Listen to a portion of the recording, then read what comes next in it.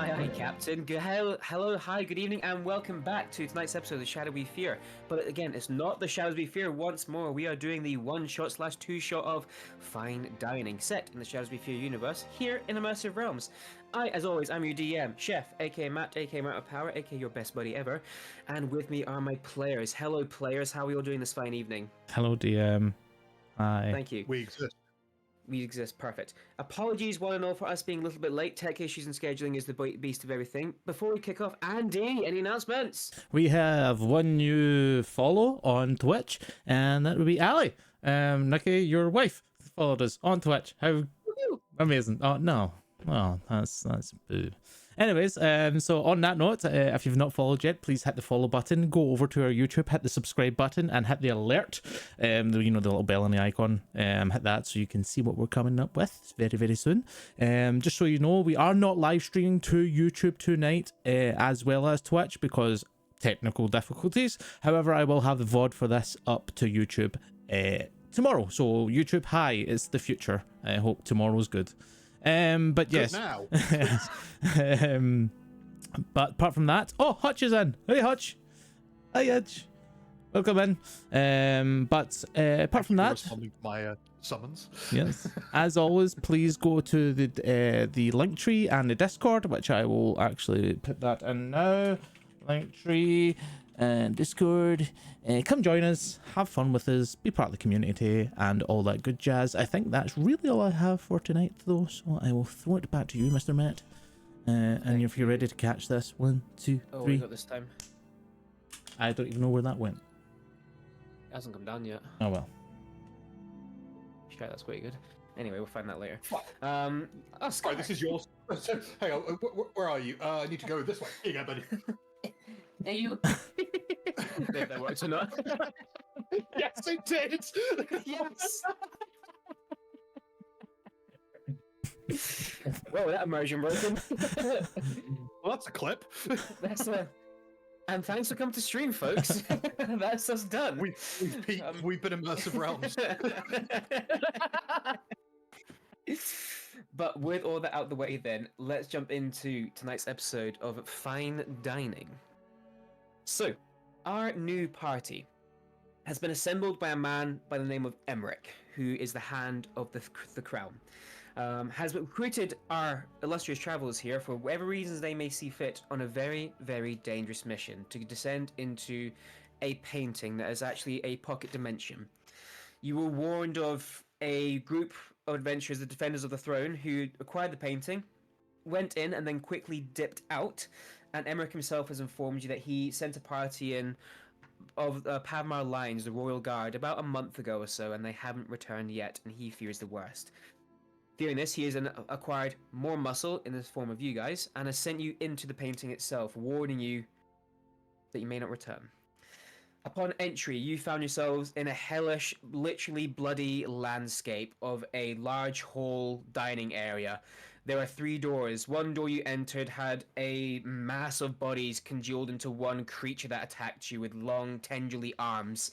There was another room which you found a demon, or fiend of some description, dressed as a chef in a very bloody and gore-filled kitchen. You quickly, with effort, dispatched both these creatures and found yourselves now in the kitchen area, recovering and licking your wounds as you find yourselves overwhelmed in this strange and cursed land. And so to you, my party, as you stand there, covered in blood, some of it your own, some of it just the smatterings on the wall and the floors that you surround yourselves in. What is it you'd like to do?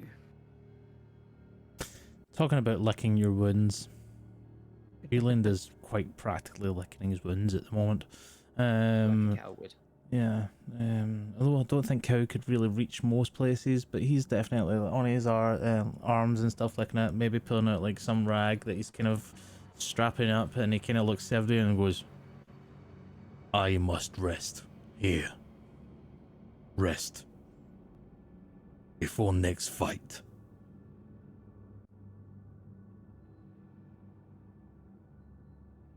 DM, is this permitted? If you would like to take a short rest, you can certainly try to. Catching our breath isn't the worst idea. This place seems quiet enough for now. If we are going to take a short rest here, can I use a first level spell slot to put alarm on the door that we came in, just so we know if anyone would be coming close? You can do that. I believe if you want, though, you can take 10 minutes to ritual cast it instead. But if you want to spend a spell slot, you can absolutely do that as well. If you want to cast it quicker, it's up to yourself. Yeah. How many doors actually are there out of the room? So In this the one we kitchen- came through. Yeah. In the kitchen, just the one that you came through. The rest of the walls are Okay. surrounded by worktops and counters and gore. So just the one room in, or one door in. Sorry. Did we investigate this room after the last session, or did we? No, you just in- literally came in, fought the chef, and then that was you guys. No, did we not? Did we not then move on to look into the corridor? You But did the last peer into area. the corridor. That you actually peered to the corridor before you came into this room, where you saw the twisting spiral and corridor, but you Oh, never yep. pushed through. You then went to the kitchen instead to make sure nothing attacked you from behind. We And that's me noped found out of the that chef. corridor. Very Right, you are. quickly. And like, nope.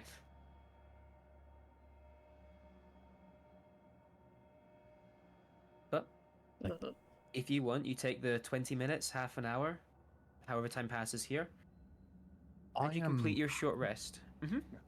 So I'm presently not really in need of a short rest. I've not actually used any of my features. So if there's no, I suppose if nobody else is doing so, I'm happy to have a general poke around in the kitchen as well, whilst Absolutely. others are resting. Certainly. Make an investigation check for me, please, then, Captain roger. Valdez, as you start looking around, opening up cupboard doors and whatnot, trying to see if there's anything of use past decaying body parts. Does anyone else like particularly need a short rest, or is anyone happy to assist? Me, I need hit points back. I'll happily give you a hand. Yeah. And Volk, how are you doing? Are you going to be doing something, Volk, or are you going to be resting?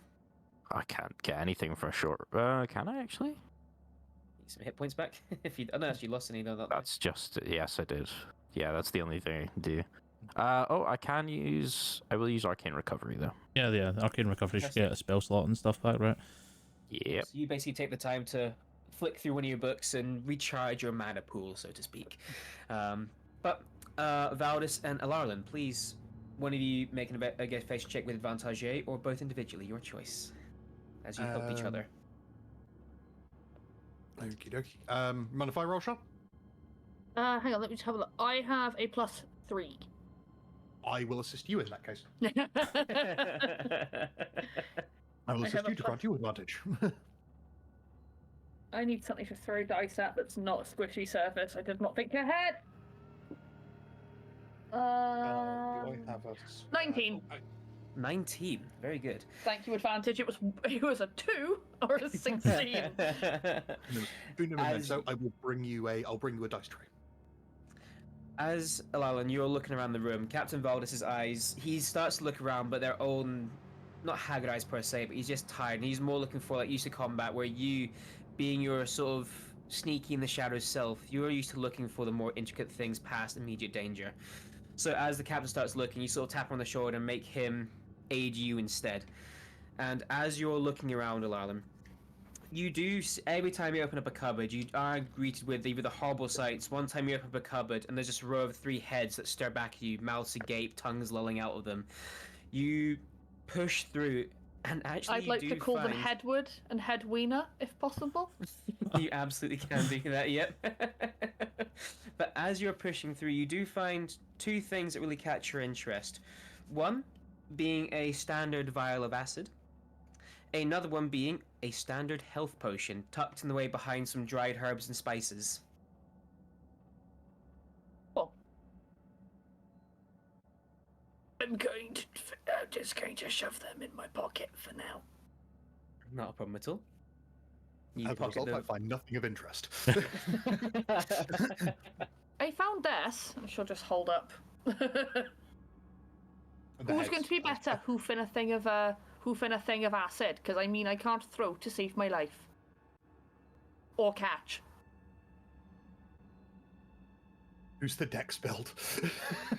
I have 'Cause it good ain't. decks, but I'm just going off the fact that Yeah. I can't throw or catch in real life. So Yeah, I would rather coat a weapon in that acid than throw it, unless you want to give it to Rylan to coat his horns. ooh.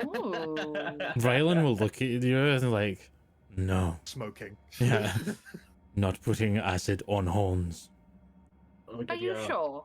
Because I mean, why not give them a good shine? You know how you put you put a penny in vinegar and it gives it that nice little shine back, or you use them to gore people in half with a little bit of spice to it. But my horns.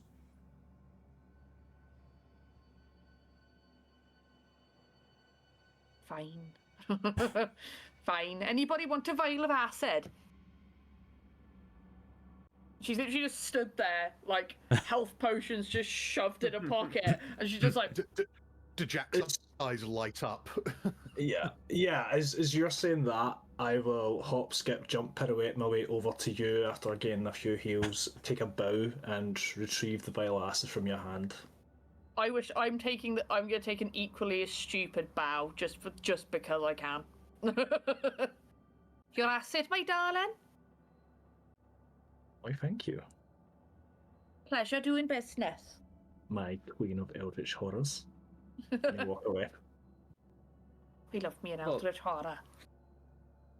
Volk, as you're watching your companions, we'll call them, go about relaxing, resting, investigating this room, can I get you with advantage to make me an Arcana check, please, if you wouldn't mind, good sir?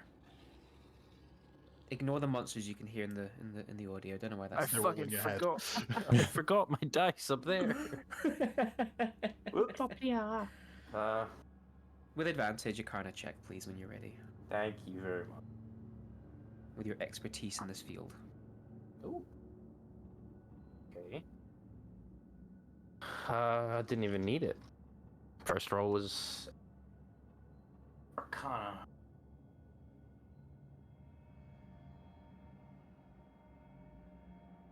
That was a 27. 27.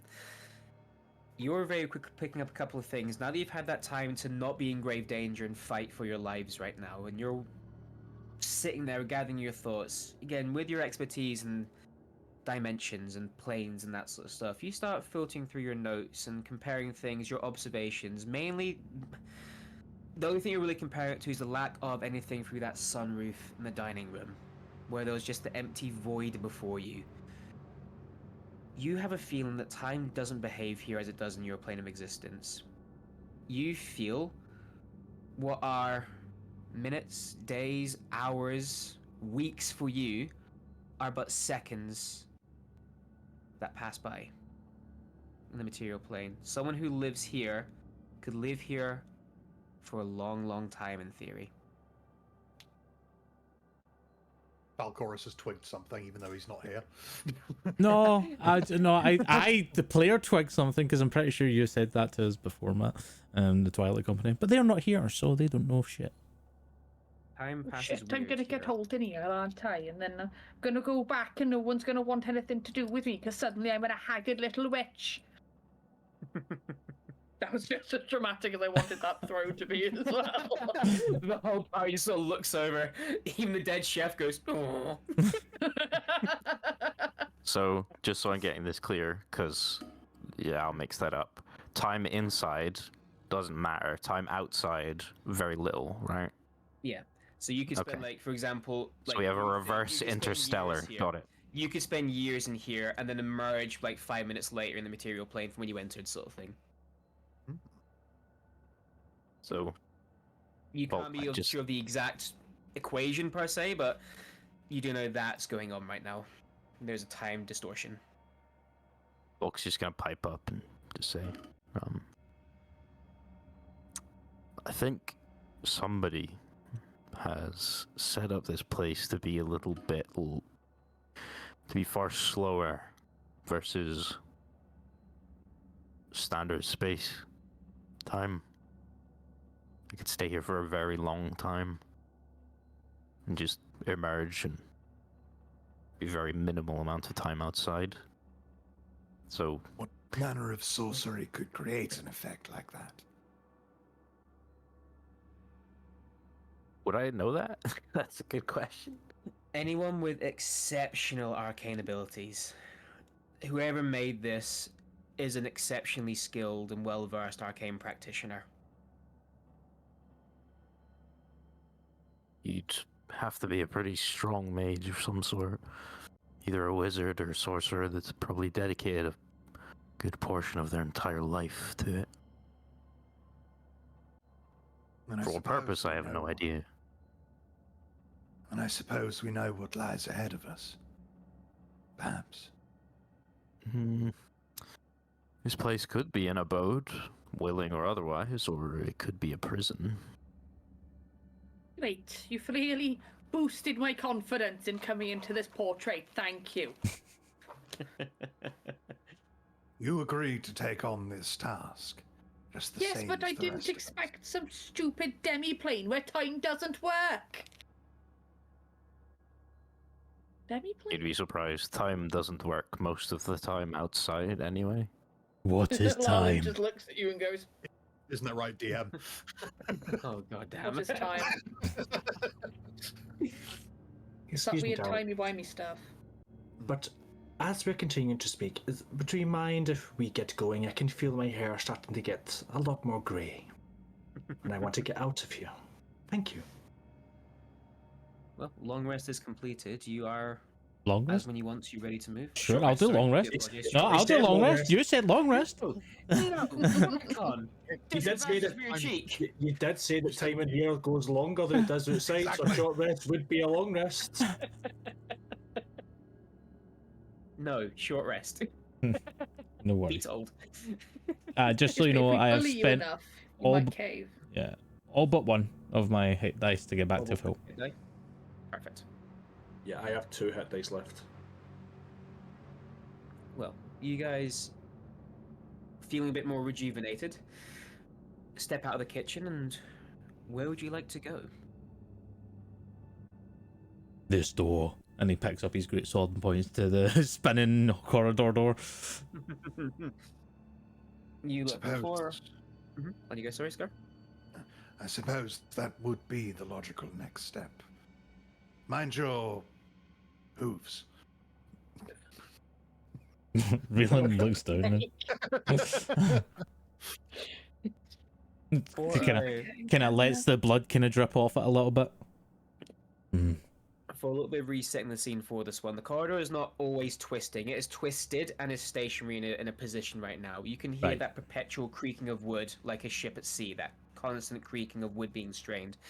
You can see at points where the walls become the floor, the ceiling becomes the floor, and so on and so forth. And there are many doors and that are currently shut, apart from one that currently hangs open in sort of the middle-ish of the corridor, just sort of swinging, showing that gravity is working in this corridor. How far along is this corridor with it moving? This corridor is... That's a very good question. 50 feet long, loosely. Okay. Can I? So can I ask Rylan to move? Emphasis on the move out the way, and I will try and go round as the room moves. So I'll try and walk around the walls. It's staying It's- still, so it's not constantly twisting, it's Oh, just right, staying okay. still. Okay. It is just at one point you're gonna have to like jump over a little corner and that sort of stuff then to get the new floor, or like, you know, put your hand out to sort of walk until you can finally stand upright again, sort of thing, you know? But it's not spinning at all. Okay. In that case, can I try and check for any sort of traps in this corridor? Make a investigation check, please, to check for traps. That would be a 60. 16. You confidently feel that this is not trapped. However, at the highest tension point in the middle of the room, you feel the wood is very, very weak. And you Okay. don't know what lays on the other side. May I use Mage Hand to reach up and touch that creaky bit of wood? You touch creaky bit of wood, and even with the pressure of the mage hand, you hear the wood really buckle and scream at a breaking point, but you don't let it break unless you want to. I would ask the opinion of the party first before I did that. But at this like fulcrum, I think is the right scientific word, right in the middle where all the tension is building, a little bit of pressure can break something, you feel. Captain, shall I press the button in the ceiling.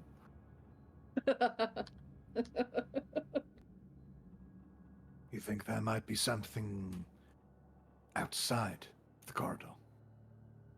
To be honest with you, dear, I have no idea.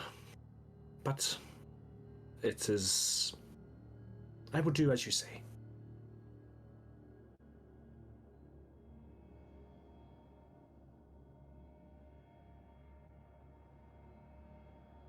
Better to be safe. If it breaks, then at least we'll be able to see where it's safer to tread. So I break it, Yes. and with that, I'll just let Mage Hand pop its. You push the mage hand further, and that you hear the splintering, and all of a sudden that wooden plank, like something of a decompression, the wooden plank is removed, gone, and all you see past it is the black void awaiting you. Oh no.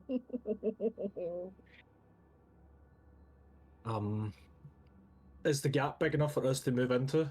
The gap was all that you've broken right now is like a single plank of wood, so to speak. So, you know, like a 2x4 sort of plank of wood has come away.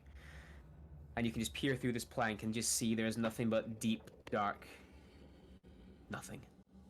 Okay. How long would it take for him to poke each board in turn? You can certainly try. No. No.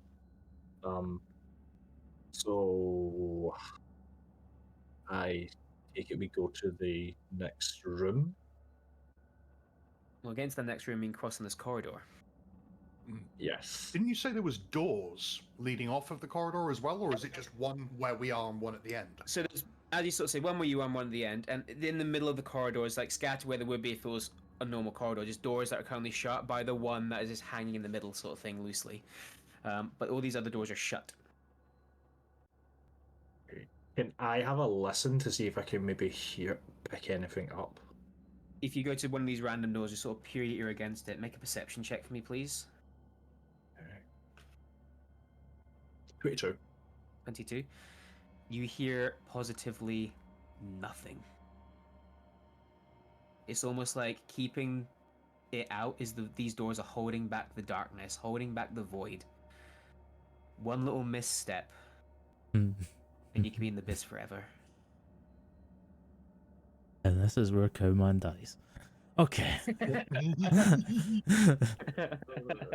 With that information, I will step back gently and quietly and make my way over to the door on the other end of the corridor and wait there for further commands from the I will captain. need you then, if you're crossing the point of the center that's weakest, you need to make a dexterity check for me, please. Okay. A dexterity saving throw, or just a... Just a check right now. You haven't triggered dexterity. anything to make it a save. Okay, that just being safe. Cautious. No, absolutely. But That now that is- you know the danger, you don't need to save. You're just being cautious now. That's a 19. 19. As you sort of get to that midpoint, you do peer sort of as you sort of go through, duck past that open door, and as you sort of look up, the door was hanging in front, blocking your viewpoint, and you do just see nothing but space. And you sort of, you know, swallow a little bit nervously, but meander your way through carefully and cautiously. Now and again, your foot will step, and you feel the wood bow beneath your feet, and you swear at your toes. You feel the cold grab your foot, but you quickly and replace your foot, and you make your way to the other side safely. Did I see any flying discs when I looked outside the gap? Oddly enough, you did not. No. No. Okay. Oh. Not to say they're not out there, but you didn't see them this time. I believe.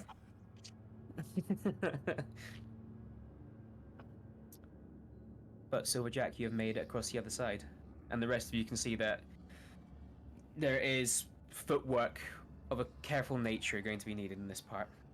I will back in a moment. Reelan's gonna look at everybody else, like look at him and the captain being the tallest of them, and just be like, "Me and him go last." Yeah, I love that. That's probably wise. I can't deny that. I would like to try and no, Sharp, don't say it. Don't say it. I would like to try and cross the room and join Silverjack. Absolutely. I will need you, having to not make a saving throw knowing the danger, make a dexterity check for me, please. If you want to add acrobatics, you also can do. Ooh. If you have proficiencies, if that helps your numbers at all.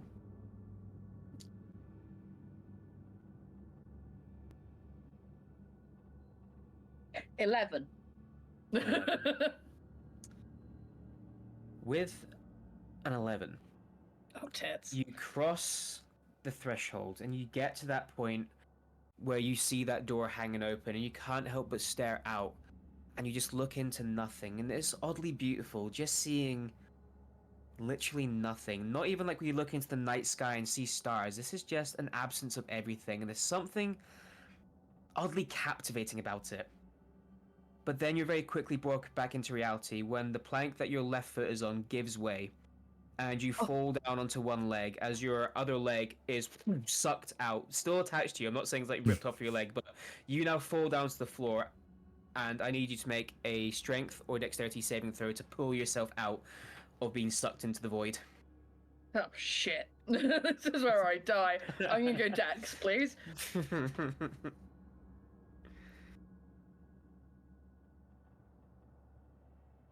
15! 15. Quickly, you hear the voice in your head, "Not now, grab that one!" As your eyes, without your aid, sort of snap towards like one of the door handles that are poking out in front of you on the floor. You reach forward, grab onto it, and with all your might, pull yourself out. Your leg is freezing cold, but you're out of danger, and you, on your stomach, without a care in the world, now crawl across the floor until you get to the other side, where Silverdrake grabs you by the shoulders and pulls you in safe. My dear, Watch your I head. Oops, apologize. I was just simply gazing at your beauty. It's not your fault, my dear, but thank you for the hand up. I'll just grab his arm and pull. But, so I'm never doing that again. If it's still a shit coming back, can somebody throw me instead? The voice in your head goes, "Are you okay? No, I don't think so. Are you Careful next time." Are you Roll to speaking to avoid your? a panic attack. Are you speaking to your patron? Yes. Oh. This is all out loud, though. Yeah. So you do know that you don't have to speak to him because your tentacle daddy is right here.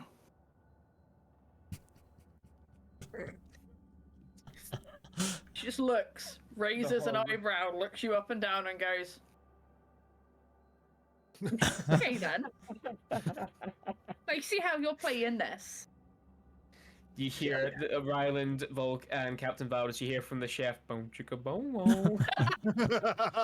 From the void. I mean, the cowman wasn't playing ball in the last session. I've got to move on to someone else. Damn you, 21. Damn you. On the subject of Jack, though, he's wandered off again. Yeah. Fantastic. He's Vanished. out. What do you expect? Yeah. Are we stealing things? I'm in need of his mage hand. Okay. Jack, would you mind trying to close the door with your mage hand? Yes, thank you. Yes, and I will just flick at the wrist, click the fingers on the mage hand. You, the mage hand, and it is a heavy door, and obviously with the full weight of the door going down, it is slow, but you do use the mage hand to push and close, and you hear the satisfying click of the door finding its latch, let's call it. And it stays shut. As you pull the mage hand away, the door does make a little bump as it sort of falls on its hinges a little bit, but it does stay shut. Okay. Look towards Volk. You next. Captain, how confident are you about getting across this gap? I'm honest, I'm probably going to try and jump it. I imagine our large friend here has the same thought. Yes. How far is it? About To jump? 50 feet from where you are to the Fuck whole you, corridor. jeez. See, you're not going to have to jump 50 feet, though, obviously. You reckon with Jack's help, the actual gap itself is maybe about... Well, the gap, the danger point, let's call it, is maybe... You reckon somewhere in between 5 and 10 feet of danger, where the wood is really, really dangerously positioned. Do either of you want to experience life without gravity? I repeat.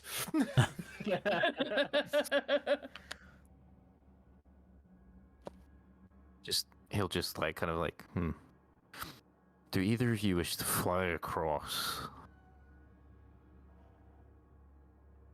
When Rylan can find the discs finally.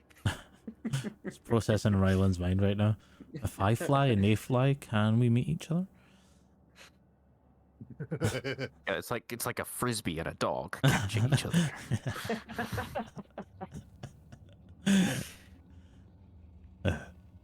Because, Captain, if you're confident about getting across, then I think maybe the heavier of our friend may need some. See, is Ryland Safer than sorry. is Ryland going across? Can I cast my illusion to make there be a disc fly by in the void in the sky? No, the door's just been closed, so we can't see. Oh, was the There is a ceiling? plank. Yeah, the plate. The So plate's there's a missing. plank of wood that you broke off. Oh, you right. can see through. And also, there's a plank that Alalan's foot fell through as well. So there are 2 gaps now. You can see through the void, even with the door shut. Okay. You make the disc appear, he's gonna plow through the floor chasing after him. I'm ready to do a wisdom saving throw. If you're going to do that, I will do a wisdom saving throw, and that will determine if he fucking plows and goes for the disc. So, yeah. I mean, it's fine. I'm at the door. I don't give a fuck. But as on Volk's question, I'll just kind of point towards Captain, and then to me, and then just be like, if you think it would work.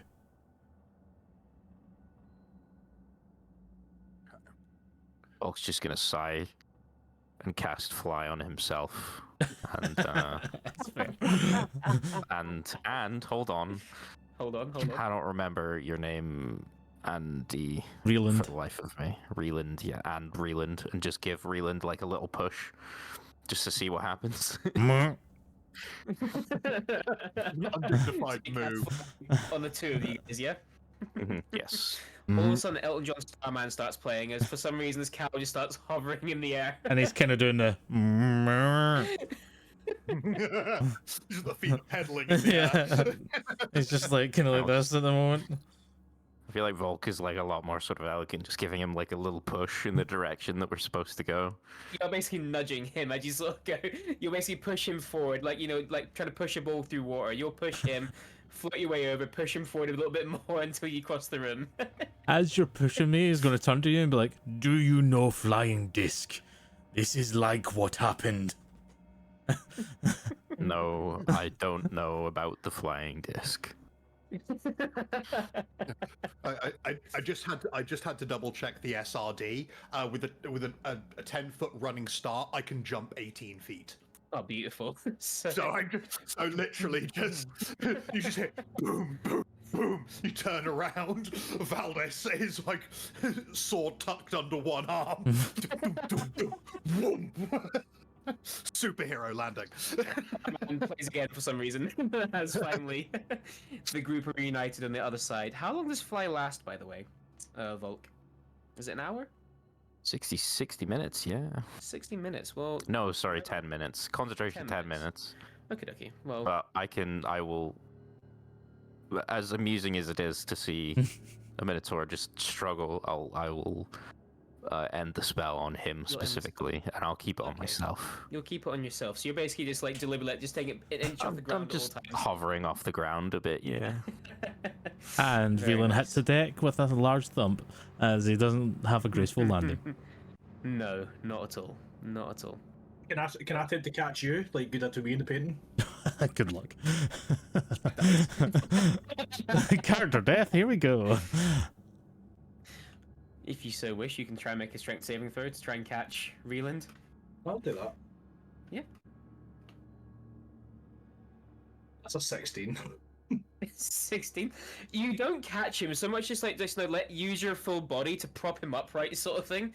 You do the I will catch you, then you think this is a fucking terrible idea at the very last second, and use your shoulder and to try and like nudge him upright as he's falling towards you to help him land on his feet a little bit more. Another. Well. If someone had said to me at the start of today that a Minotaur would be catching me and then vice versa, I would have laughed at them.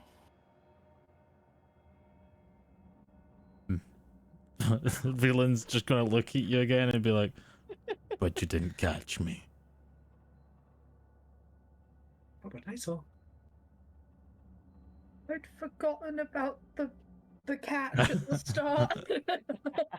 Completely forgotten. Oh god. Okay. So, Before the soundtrack monsters get us, we should probably open the door. yeah. Well, you open the door behind you. It is unlocked, and as the door opens, it reveals a slightly peculiar sight, as peculiar as this place can get. You see a large and very grand bedroom, but the whole room is probably bigger than most people's whole houses. To the right-hand side is a totally oversized bed. It looks bigger than a king size. It looks bigger than several king-size beds pushed together.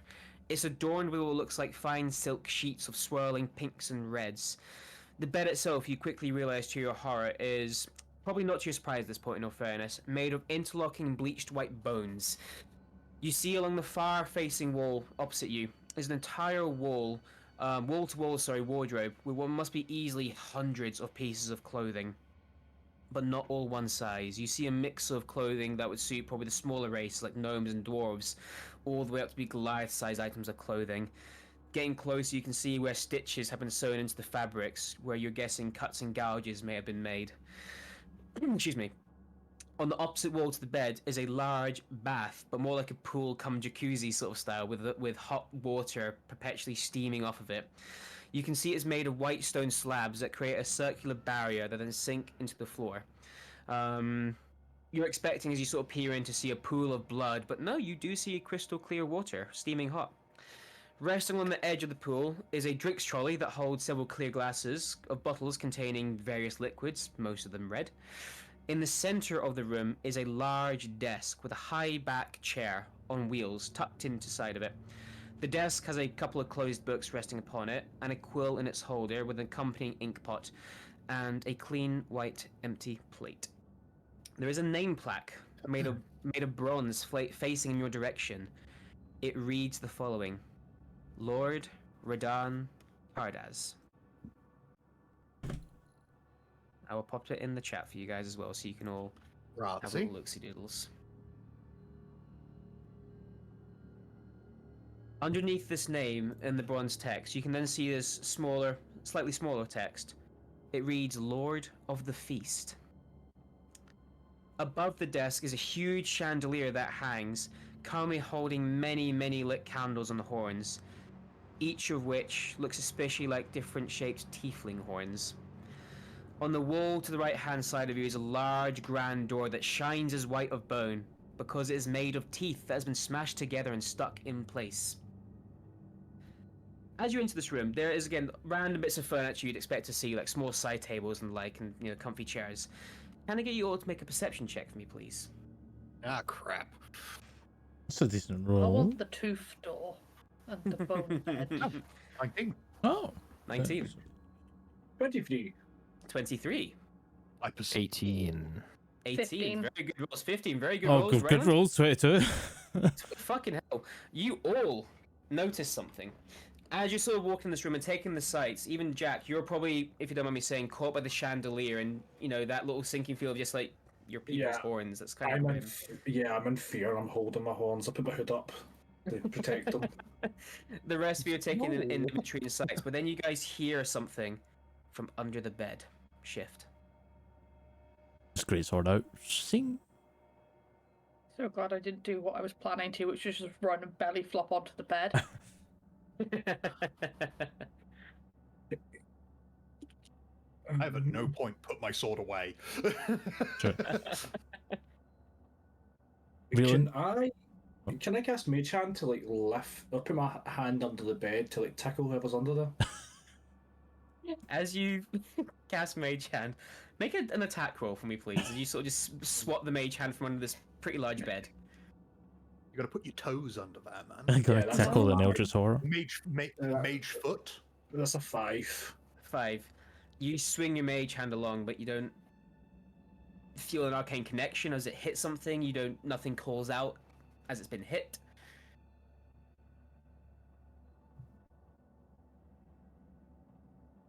Do we kill, attack? What is plan of action? I'm bored. Jack, do you still have that bottle of acid? I do. I do. Might I suggest throwing it under the bed? One step ahead of you, dear. And I'll pop it and right No, under. no, no, you don't have to do that. No, for God's sakes, no. Fuck off. On the side of the bed where you are, Jack, you see two little red hands sort of touch the mattress and sort of poke out. You see an imp emerges from the other side of the bed. He is, as all imps are, obviously red in skin. Looks a little bit older for an imp. Very, very leathered face and skin. However, he wears a little black suit, complete with bow tie. The back of the suit has been cut open, so his large leathery wings are able to stick out the back of it. There's no need to get violent here. Jesus Christ! For fuck, don't, please, don't hurt me. Do Don't. I kill? No, Please don't. no. As you say that, I'll look at you and go, "Do not harm him." He's just a little guy. Just a little guy. I'm just a little guy, all right. I'm not here to do any damage. I'm please harmless, practically harmless. Look, Who even my you? fingers nails are short. I'm B. B. Wait, B is in the letter, or B is in like the bee that goes buzz buzz? I don't know. Master just calls me B, so I just go by B. Who is your master, imp? He points towards the desk where the name plaque is. Lord of the Feast summoned me here many moons ago. Here I am. Can't leave you. Where exactly is here? I don't know. We're in sort of in our little space and pocket in time, is what the master told me. Uninterrupted, undisturbed, apart from if someone comes in. You don't mind me asking, why do you need a space that's undisturbed? Full of, I don't even know what I've seen today. I don't. He does. Well, he wants it Alright. anyway. Don't know if he needs Allow it, but me he to needs release it. phrase. Of course. Why does your master want a place that's, Oh, he's a right bastard, that's why. I kind of gathered from the whatever the hell was in that room with all the eyes. All the eyes. Oh, you mean the corpse pile? Honestly, I thought you were going to give it a name, but okay. Yes, the corpse That's what- pile. It's where we put the unused bits. I'm just going to turn to the party, turn to the imp and go, "Excuse me? Unused? What do you Well, mean unused?" Well, the master has a, you know, he likes to eat things. He is Lord of the Feast after all, isn't he? Where, master? Oh, through here. And he points towards the teeth door. Just, he's in there, don't worry about it. Kill master, leave him, or kill No, both? you don't have to kill me. Don't kill me. Fuck off. I'm harmless, mate. I ain't done nothing to you, man. Do we keep him just as a scared. pet? I'm not a pet. You're an I'm a imp. person. I'm an imp. Well done. You figured it out. 10 points to you, I guess. You're gonna see lightning spark from. He looks. I'm just joking there, Magic Boy. I didn't mean to offend. No, I'm just, you know, when you get a couple of death threats made against you, you know how it is sometimes. I've not heard anything that's been said, but I love him and I'm keeping him. I'm a person. You can, He just said this, he's a person. Yeah. I am a person. I've got feelings. I'm not like an animal. I say kill. No, get your big man off me, please. I don't want to get hurt. I'm with the big man on this one. I stand. Let me help you out. Let me help you out. All right. Okay, stay calm. And he sort of flaps his wings and he sort of flitters over towards the drinks trolley. And he sort of, where the fuck? Here is these. And he pulls out 2 healing potions. Right, take these, all right? In return for my life, I help you. You don't kill me. Sound good? Galen will take both of them off of him. His hand's probably almost as big as the fucking imp. Do we know why he's here? Did we find that out when I was on the phone? He got summoned here by the master, which is the what the plaque said, Lord Rodang Kandaz, the Lord of the Feast. Do you insight it? You can What absolutely can make you an insight tell check, us? yeah? What can you tell us about your master? I mean, what do you want to know? He's you got his name there. He's got an acquired taste, let's call it. Dangerous spellcaster. He's not to be trifled with, I wouldn't think. Nikki, your insight check, please, whilst there. 12. 12. You think he's telling the truth? He seems to be caught off guard and is trying to bargain his way out of you guys not killing him. He's trying to be as forthcoming as he can be. I like him. But I don't know. We don't really hang out, he and I. He sort of sticks in his room. I go fetch the dinners from the chef and come back, you know? What is master? Is he beast? Being? He's a person. Like I'll look these, on- and I'll point towards, the others. Sure. I'll look at Ryland and I'll go, he's a spellcaster. He's just told us that. I'm trying to work out species. I mean, it looks like those your more humanish friends. Yeah, sure. Is he man or cow? Yeah, I mean, He's definitely not a cow. No, he's and quite honestly, his next question is: have you ever seen flying discs? Not in all my years of being stuck in this little room. No, not really, mate. Don't want to get out too much. I'll literally go from here down the corridor to the chef, pick up the plates, and come back and then do the dishes back in the kitchen and all. As you say, if you've seen flying discs, I'll give Alan a nudge and I'll like flick my fingers and like a wee disco run. Oh fuck, there's one. Well, wisdom saving throw. 2 seconds. It's just this small thing. It's like no bigger than a bird would be. As Jack does this, Just say I a go- frisbee. I just go, look. Frisbee. Ryland. I rolled a 16, so I would imagine 16? Ryland's gonna go too small, not real. Yes. You realise quickly it's close, but it's just not right. In all fairness, you didn't tell us about the size of the desk. Like, it could be a firefly, it could be the sun. It had to pick me up. I'm alright to just go and leave you to your moment. Or, Stay. alright then. Any more questions for Imp, or do we go kill My name's B. B? B, Thank you. B, my dear. Where is your master? Oh, he's in that room there behind the teeth door. Chief Ling door? No. If as he sort of points to the door, you see this door is like say it's just made of like teeth that's just been smashed and glued together, to form a solid wall of just teeth. I literally mean teeth door.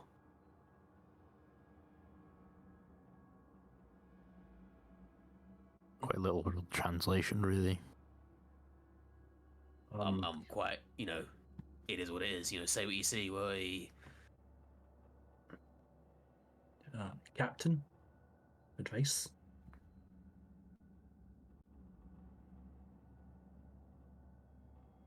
I presume I'd be aware that imps are obviously extra planar and that generally Yeah. speaking, if you kill the thing that summoned them, they get yoinked back to Avernus.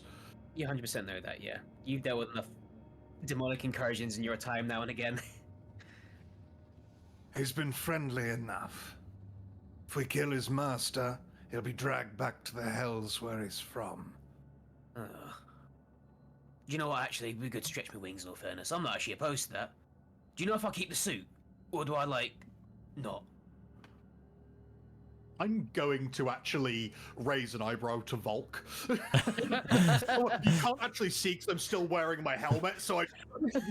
Anime style. The helmet has like a slight eyebrow that goes up. Yeah. Opposable eyebrows.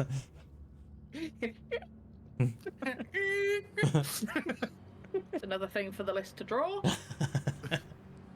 I just poke at the item to see if the suit is physical or if it's like part of him. the suit of the On the suit- imp. It is Yeah. actual clothing he's wearing. It's not part of his skin. It is actual clothes he's taken from the wardrobe. No, that won't survive that trip. Oh, bollocks. Oh. I'll probably get burned away anyway. I would like to touch the stone on my necklace and go, can you help him? Can you keep his suit? Or does he have to make a pact himself? You would need to make me a deal worth my time to give him something so precious. He does look rather dapper though, doesn't he? That's what I mean. He's got the drip on him, so I'm wondering if if potentially, right, I will make additional deals down the line, whatever. I'll go and murder whoever you want me to do, as long as the little impy man keeps the suit. Sorry, Mr. B keeps the suit. Cheers, darling. Fine. He keeps the suit. Just send me in the right direction. You know what to do. And I just turn back to the imp and go, oh yeah, by the way, the suit stays. Don't worry about that. Oh, hey, thank you. The rock that's bloody speaks. Fantastic. I'll give So, mate, I'm not going to question it. I'm going to keep my suit now. Hey, I'm happy. the captain a nudge and be like, I wish that she would whisper sweet nothings in my ear the way she does to that shiny rock. There's just a slow turn of the head, and then just a turn away. I'm gonna walk up. You just hear the helmet grinding on the chainmail. Just a angry eyebrows. Wait, how tall is Jack? Probably about, say, 5'10", 6 foot ish. Oh, so he's the same height as me. Okay, I'm gonna literally walk over to him, lean in, and go, I hope you know I can cast Mage Hand too, and just walk away. Stroll to the other side. B just looks to Volk and goes, I don't know what's happening here, mate. Can I go now before it gets a bit steamy? I mean, the bed's fucking big enough for me.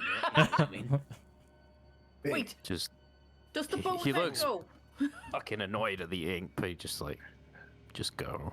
It's fine. cheers, buddy. Right, I'll catch you guys later then. I'm just gonna go in another room, I guess. There's fuck else for me to do, really. Oh, wait, hang on, before you go. Yeah. How do we open the door? Is it, Oh, like, I- open? Oh, okay, so we don't have to try and dick around with any magic. It's just No, Master wanted it all locked, but I always said, like, when I'm trying to carry his plates of food through, to have a fucking locked door all the time, it just gets in my way, so he just leave it unlocked now. It's alright.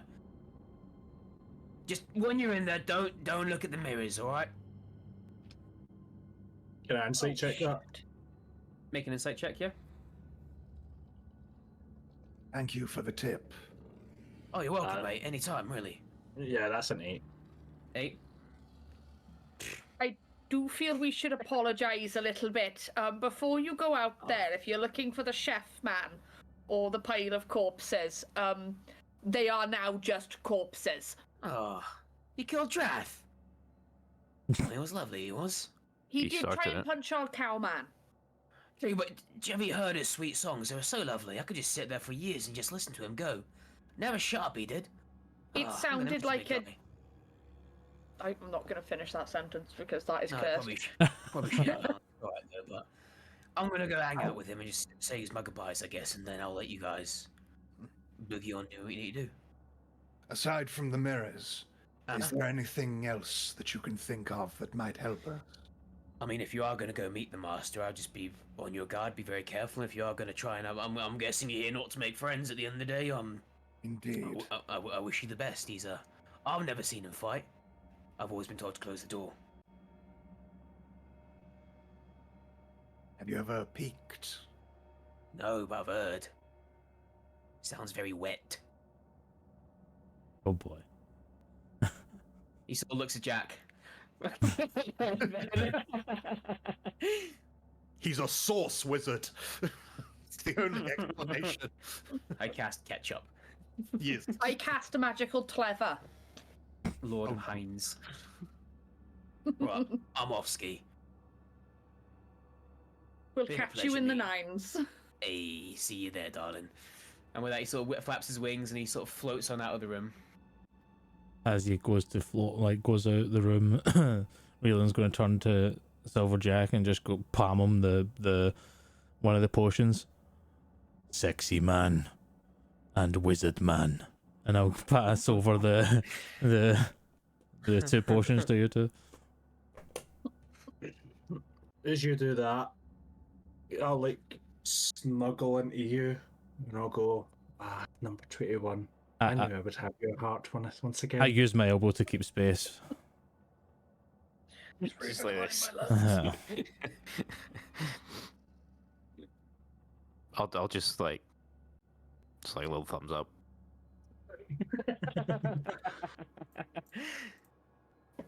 Shall we go kill? I'm not getting close to you, big guy. Don't worry about it. It's fine. Kill. And I'll point greatsword towards the teeth door. Kill. Well, on that, You- Phelan's gonna who walk opens the up, door? and I will open the Right. door. And as I open the door, I'll shout, "Burger's here!" As you open the door announcing that there's a burger here, you see in front of you a 10-foot corridor with a similarly made similarly made tooth door at Oh. the other end of it. But in this corridor, as B said, there are many, many, many mirrors on the walls and ceiling, not on the floor, thankfully, of different designs and different shapes. Are loads and loads of mirrors. Not looky. Awesome. Don't looky. And I'm gonna just start walking towards the next door. Fortunately for me, I have no peripheral vision because of this stupid lion helmet. As you guys are walking through them, would anybody like to look in the mirrors? Fuck no. Yes. Yeah, why not? Tempted. I'm very tempted. Curiosity only killed a couple of cats. Jack and Volk, as you sort of do walk down, you see your friends walking ahead of you, sort of their heads down. Volk, arcane curiosity gets the better of you, and you think, they're just mirrors, right? What's so magical about them? And you look into them, and Jack, you just can't help your damn self. You need to check your reflection out. You're in the middle of trying to pull right now. You need to make sure you're looking good. As you're looking through the mirrors, each reflection shows you yourselves, but something different every single time. Horrific versions of yourselves. One mirror, as you walk past, shows you with your eyes that have been gouged out and are bleeding messes going down your cheeks. Another one, your mouth has been crudely stitched shut with thick metal wire. Another one, you can see yourself, it looks like bite marks have been taken out of your face in various places. And you very quickly regret looking. I'm going to ask specifically, because I know that Ryland and Captain Valdis don't. Elalan, are you looking in the mirror? Fuck yeah. You just see your reflection. There is nothing wrong with your reflection at all. She just like turns her head, checks her braids, and keeps walking. Mhm. Wait, hang on. You sort of look and you can see that that Jack and Volk, you've done what I'm saying, you guys are probably like a little bit white or disturbed, you know. No perception check, really- noticing them. Make a perception check, see if you can notice their visible shock, disturbance. Shah, basic math here, bud. 15. 15. I would say you'll probably notice it more on Jack than you would on Volk. Volk being a bit more, what's the word I'm looking for? Stoic. That's the one, thank you. He will be slightly disturbed, but Jack would probably be like, ooh, a little bit more visibly perturbed by what he sees. Yeah, you're like that, darling. My dear, I seem to be looking into every one of these mirrors, and I am seeing something more gruesome about myself every single time. And I don't like it. What about you? Strange. No, I just see me. Bitch. Walk ahead.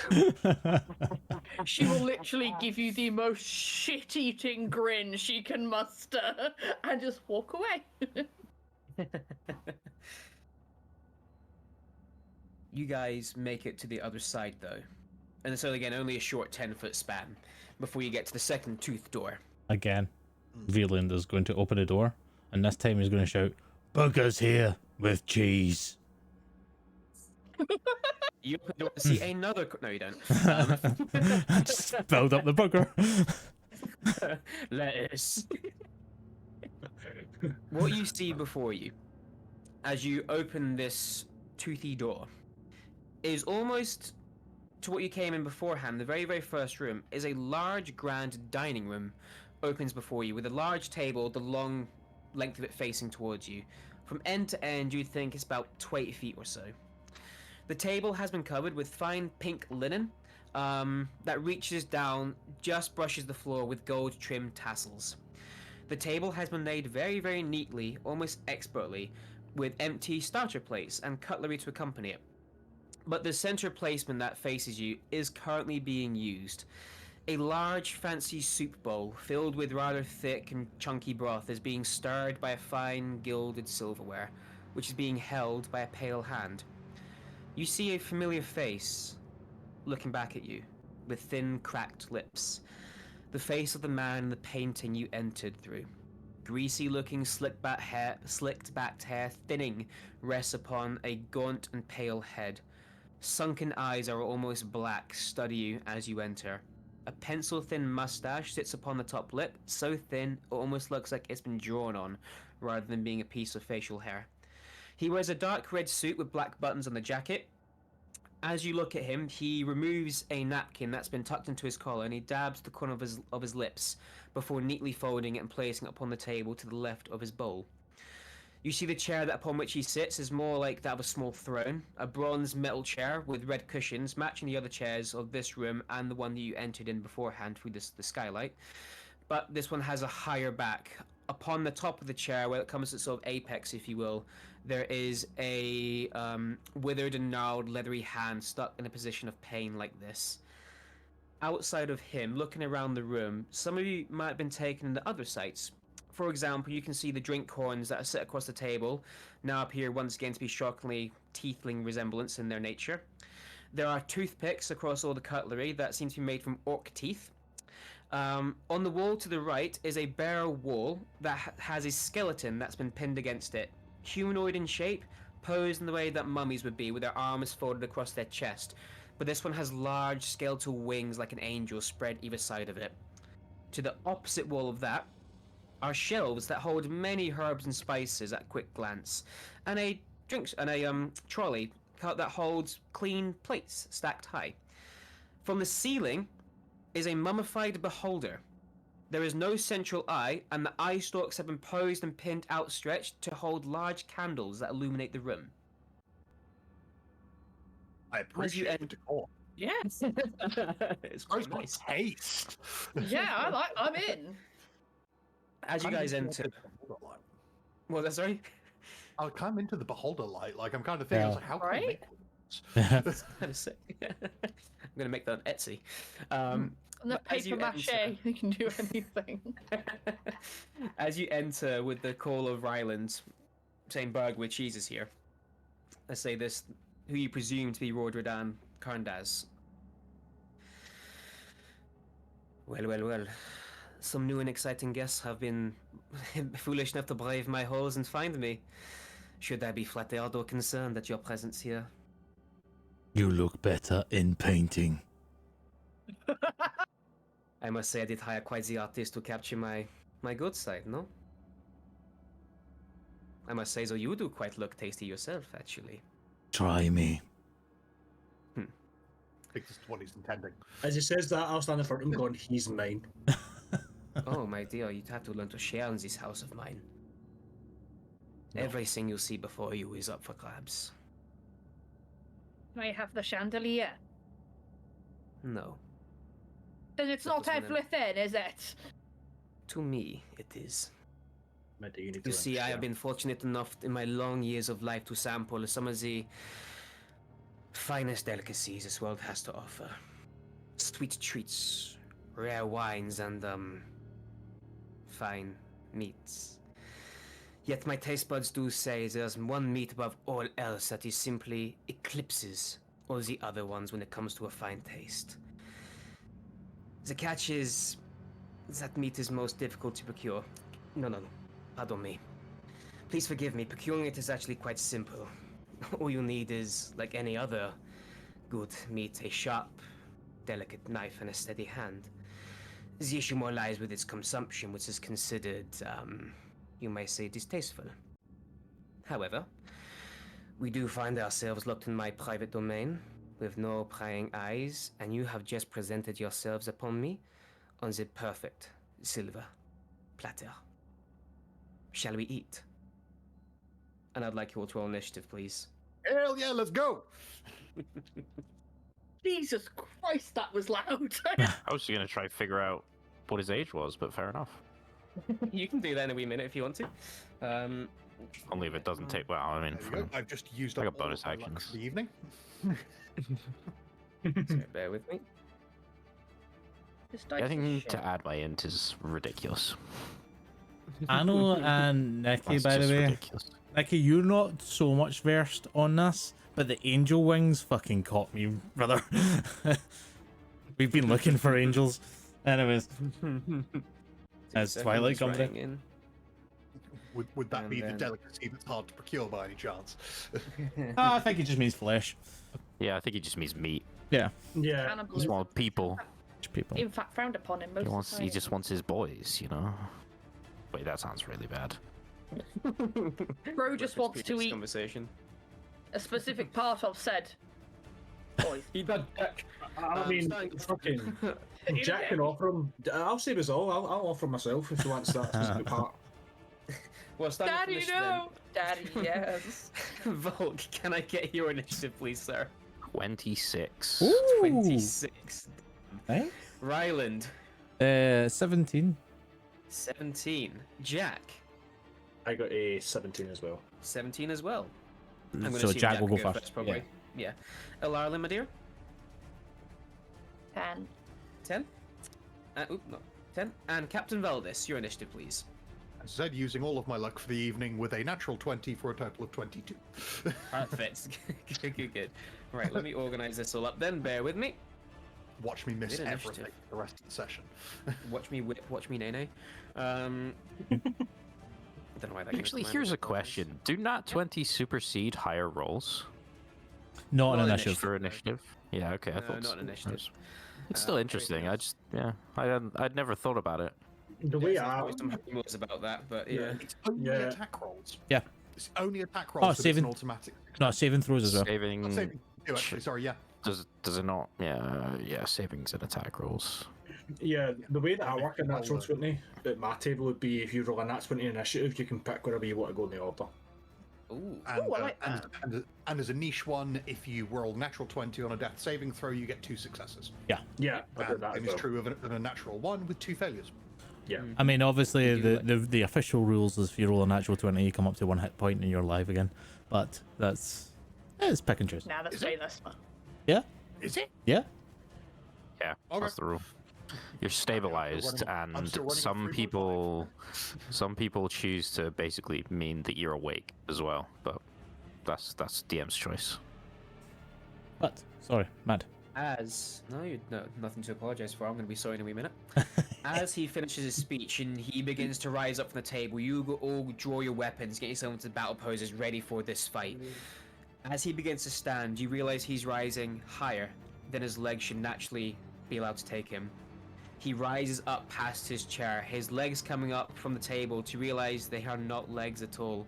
What you see pushing through his upward journey are large, thick, fleshy tentacles that are supporting him as he keeps rising up and up and up. He outstretches his hands and closes his eyes. As he does, 2 tentacles from behind his back sort of protrude out, blood dripping off them as they emerge from his skin, mimicking his hand motions as his tentacles and arms are doing this. As he opens his eyes, instead of being sunken, they almost like are bulging forward, pure white. He smiles at you, and the smile cracks his cheeks, literally, as a smile tears through the flesh, ripping through muscle and sinew. And you see that what were just teeth when he was talking are now will look like fangs and daggers, with multiple rows that go further and further back into the mouth. As he leans forward, he grabs onto the table in a way that gives you the impression he may not even have a spine, as he moves very fluid and snake-like. As he gets closer, a foul stench of breath hits you as he hisses. Wolk, you are up, seeing this horror before you. Tentacle Daddy? And I told you he immediately was here. cast. I didn't Fireball. know he was Fireball.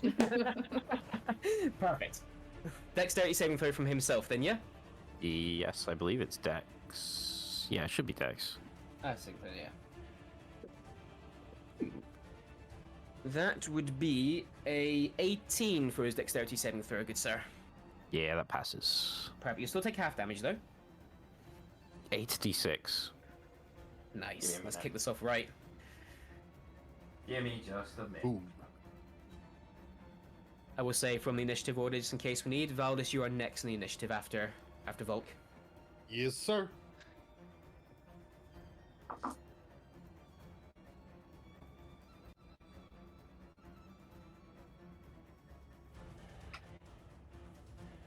It's a furious dice rolling goes and mathing be happening.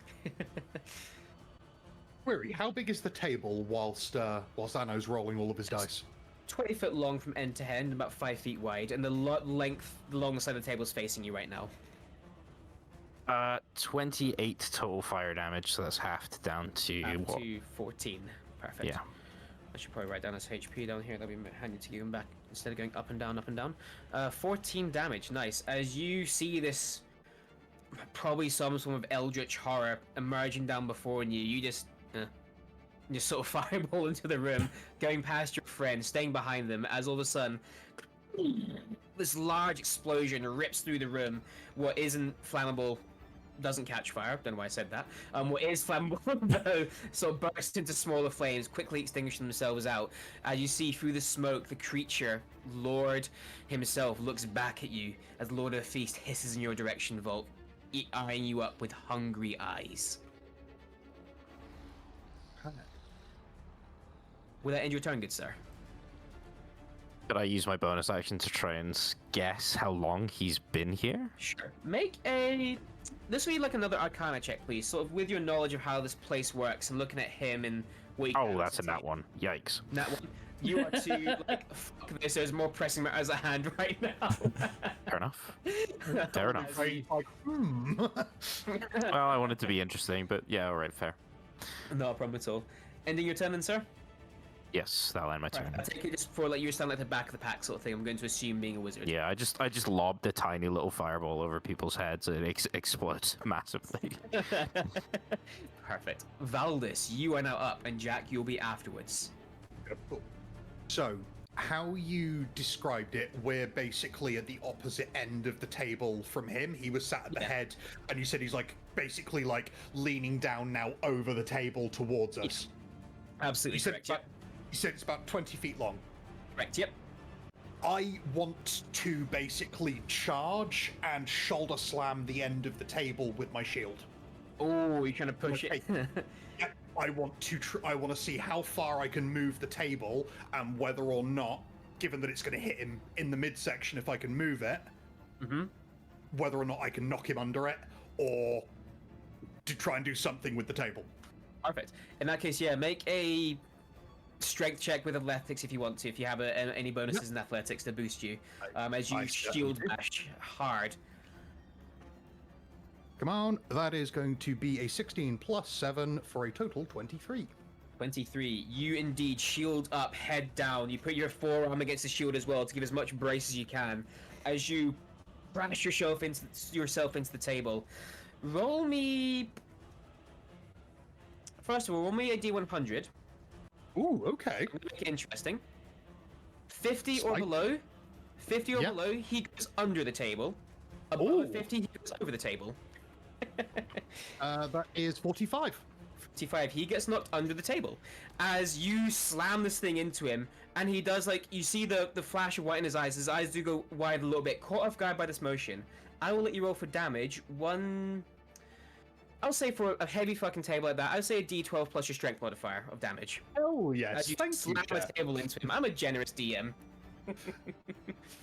Okay, so that is going to be a... Was that a 5? Yeah, that's going to be 9 points of damage.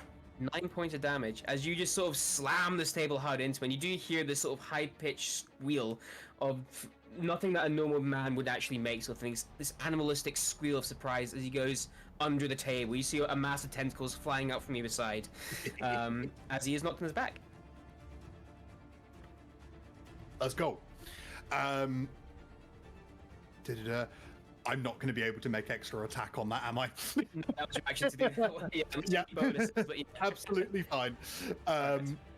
No, absolutely fine. I will take. I'll take like 2 or 3 steps back from the very end, from the very front of the table, and obviously drop into a guard position.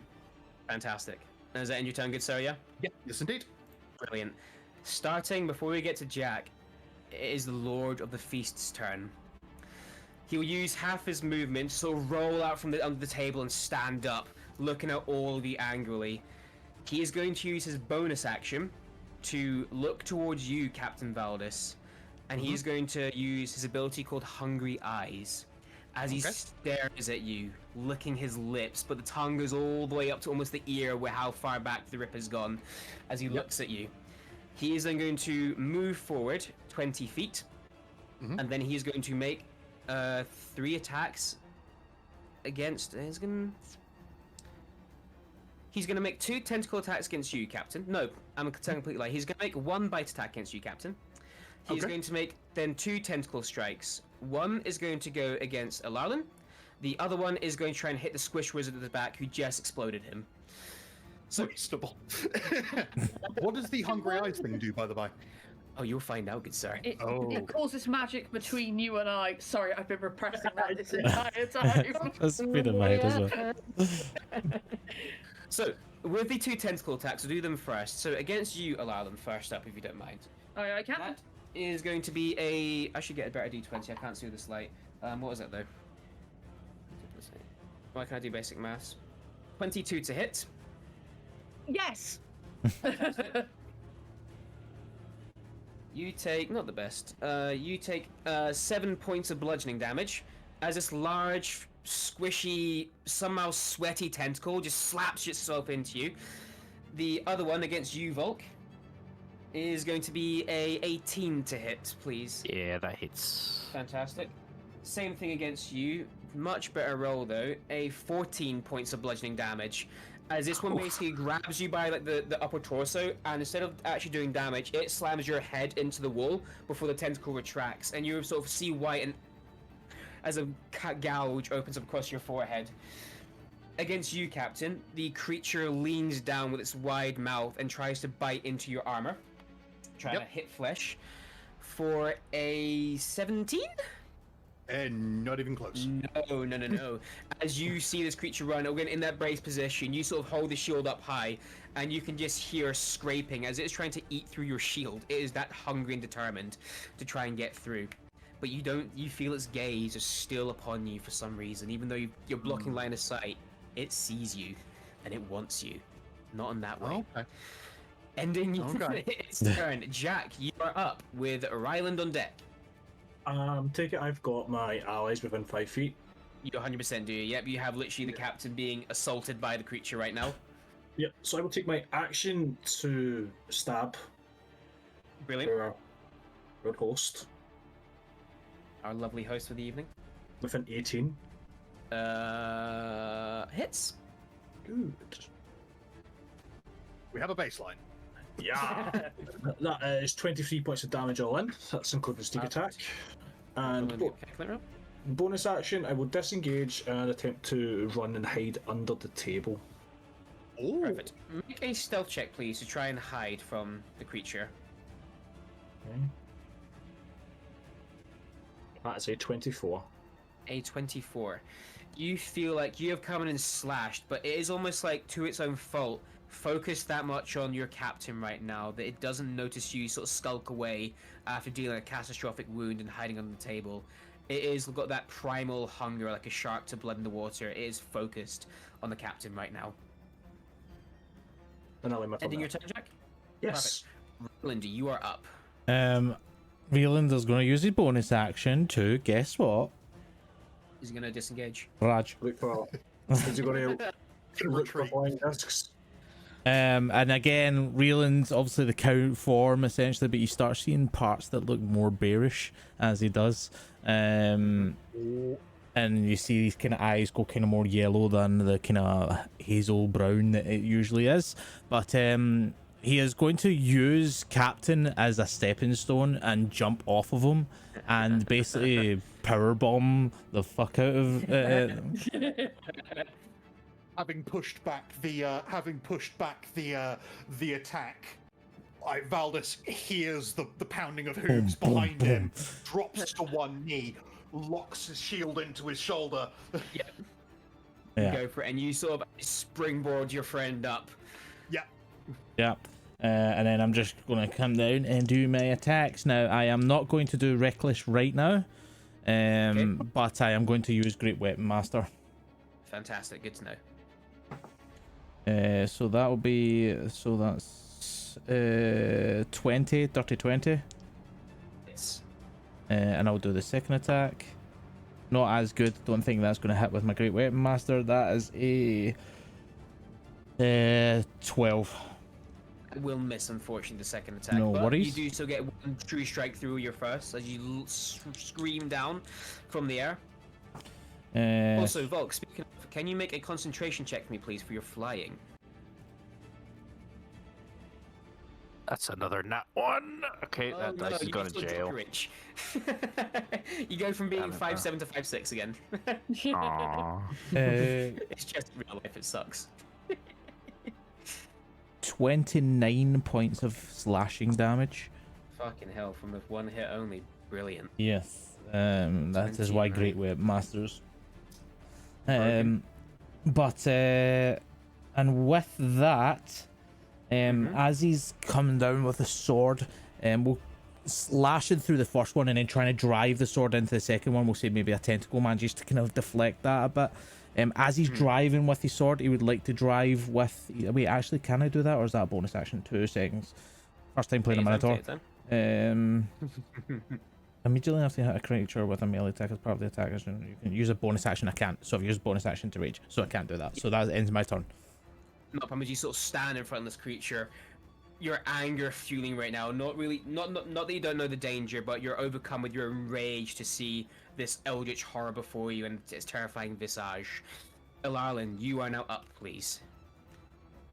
I am going to use Blight. Ooh. Okay.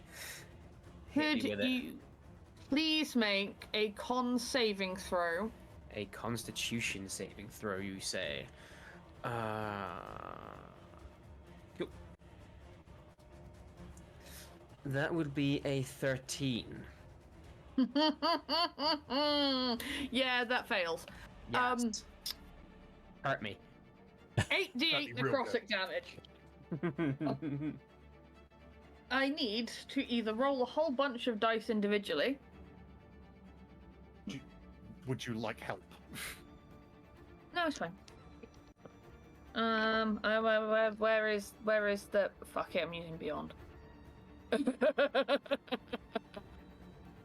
Please take 34 points of damage. Ooh.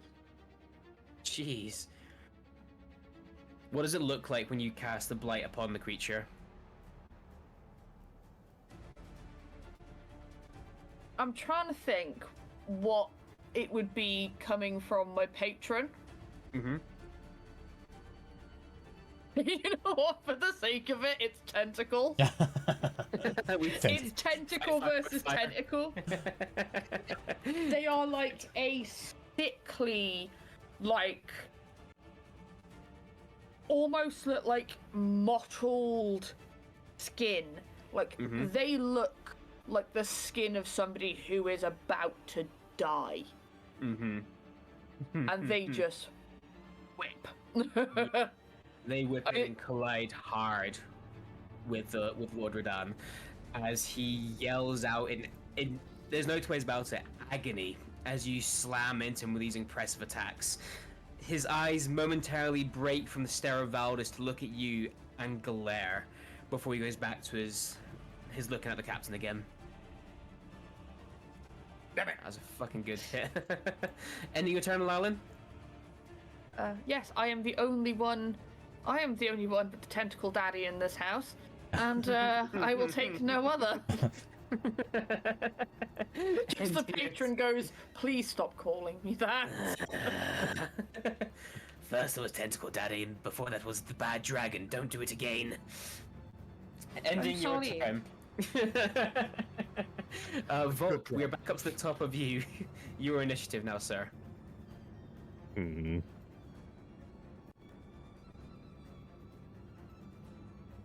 Valdis, you'll be on deck. Mm-hmm.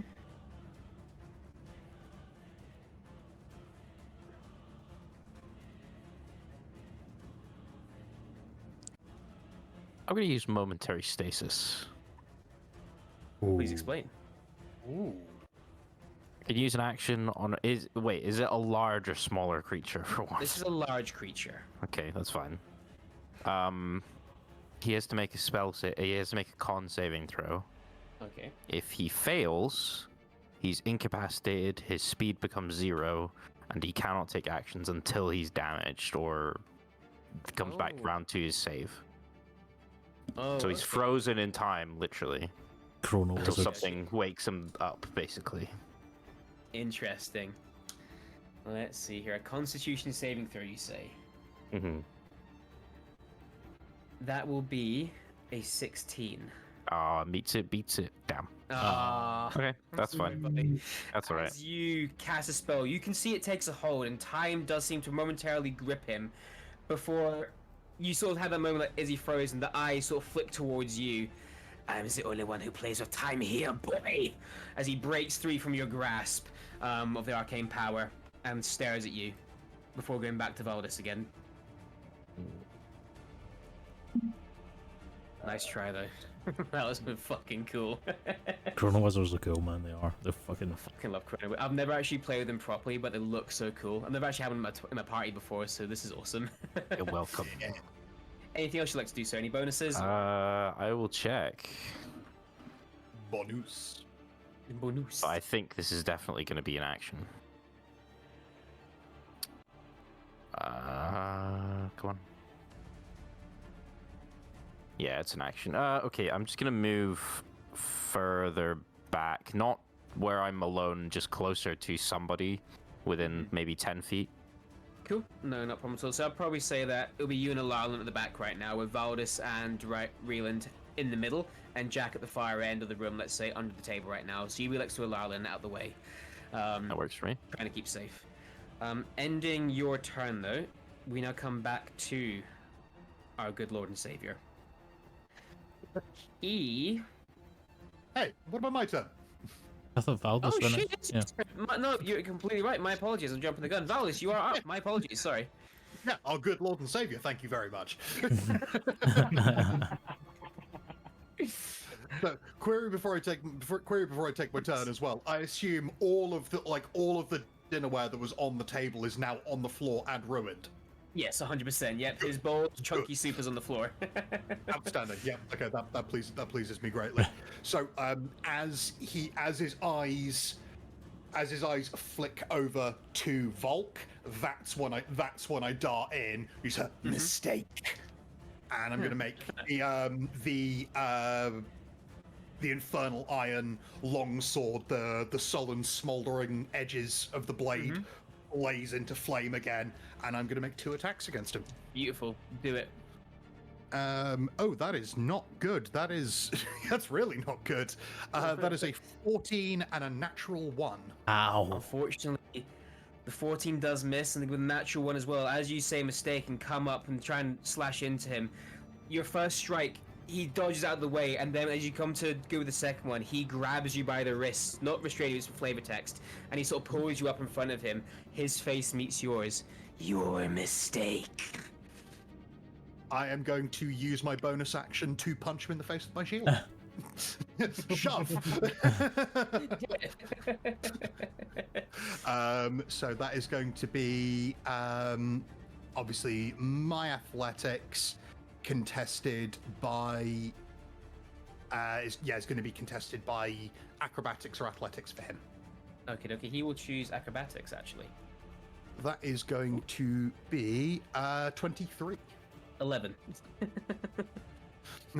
He is shoved 5 feet back and knocked prone. as he falls back on his behind once more. You keep knocking him prone. I said stay down! Literally. No. Controller magic. I am going to once again impose distance. Rylan is still next to me, correct? Correct, Amundo. I am going to move 10 feet back. Okay. I'm going to move 10 feet back. Because then if he comes after me again, he's going to provoke an attack of opportunity from Rylan. Fair enough. I like it. Again, fall into guard position again, shield raised and like sword out to the side. Ready for the creature's next attack, and I will pass my turn. Fantastic. Well, ending your turn, then it now does come now to the Lord and Savior, Lord Radan. As you knock him prone, I'm going to get him to make a perception check. Because as he's now prone and eye level with the floor, does he notice someone under the table? The natural one, no, he doesn't. I was hoping it would be like, head on the way down. I was hoping just Silverjack's like under the table hearing all this noise and then boom, and his eyes are just locked with the fucking creature. Like, shit. Shite. No, he's unfortunately, well, fortunately for you, Jack, not noticed you. He will, once again, though, use half his movement to stand up, and locked with, or his eyes, sorry, locked on Valdis still. He is going to move into melee, though, with you, Ryland. He is, though, going to make 2 tentacle attacks against you, though, Captain Valdis. The tentacles reaching past, and he's going to try and bite onto you, Ryland. Ryland, sorry, I keep saying Ryland. Do apologize. Bring it, motherfucker. Bring it on. For the 2 tentacle attacks, so against you, Captain, the first one is going to be a 22 to hit. Yep, that hits. The second one, where's the dice gone? More, 24 to hit for that one. That also hits. So you will suffer. Where's the fucking tentacles gone? Fantastic. So the first one is. Oh yeah, you get. Here it That was happy noises from the DM. Ah, crap. Here we go. You take. Never good.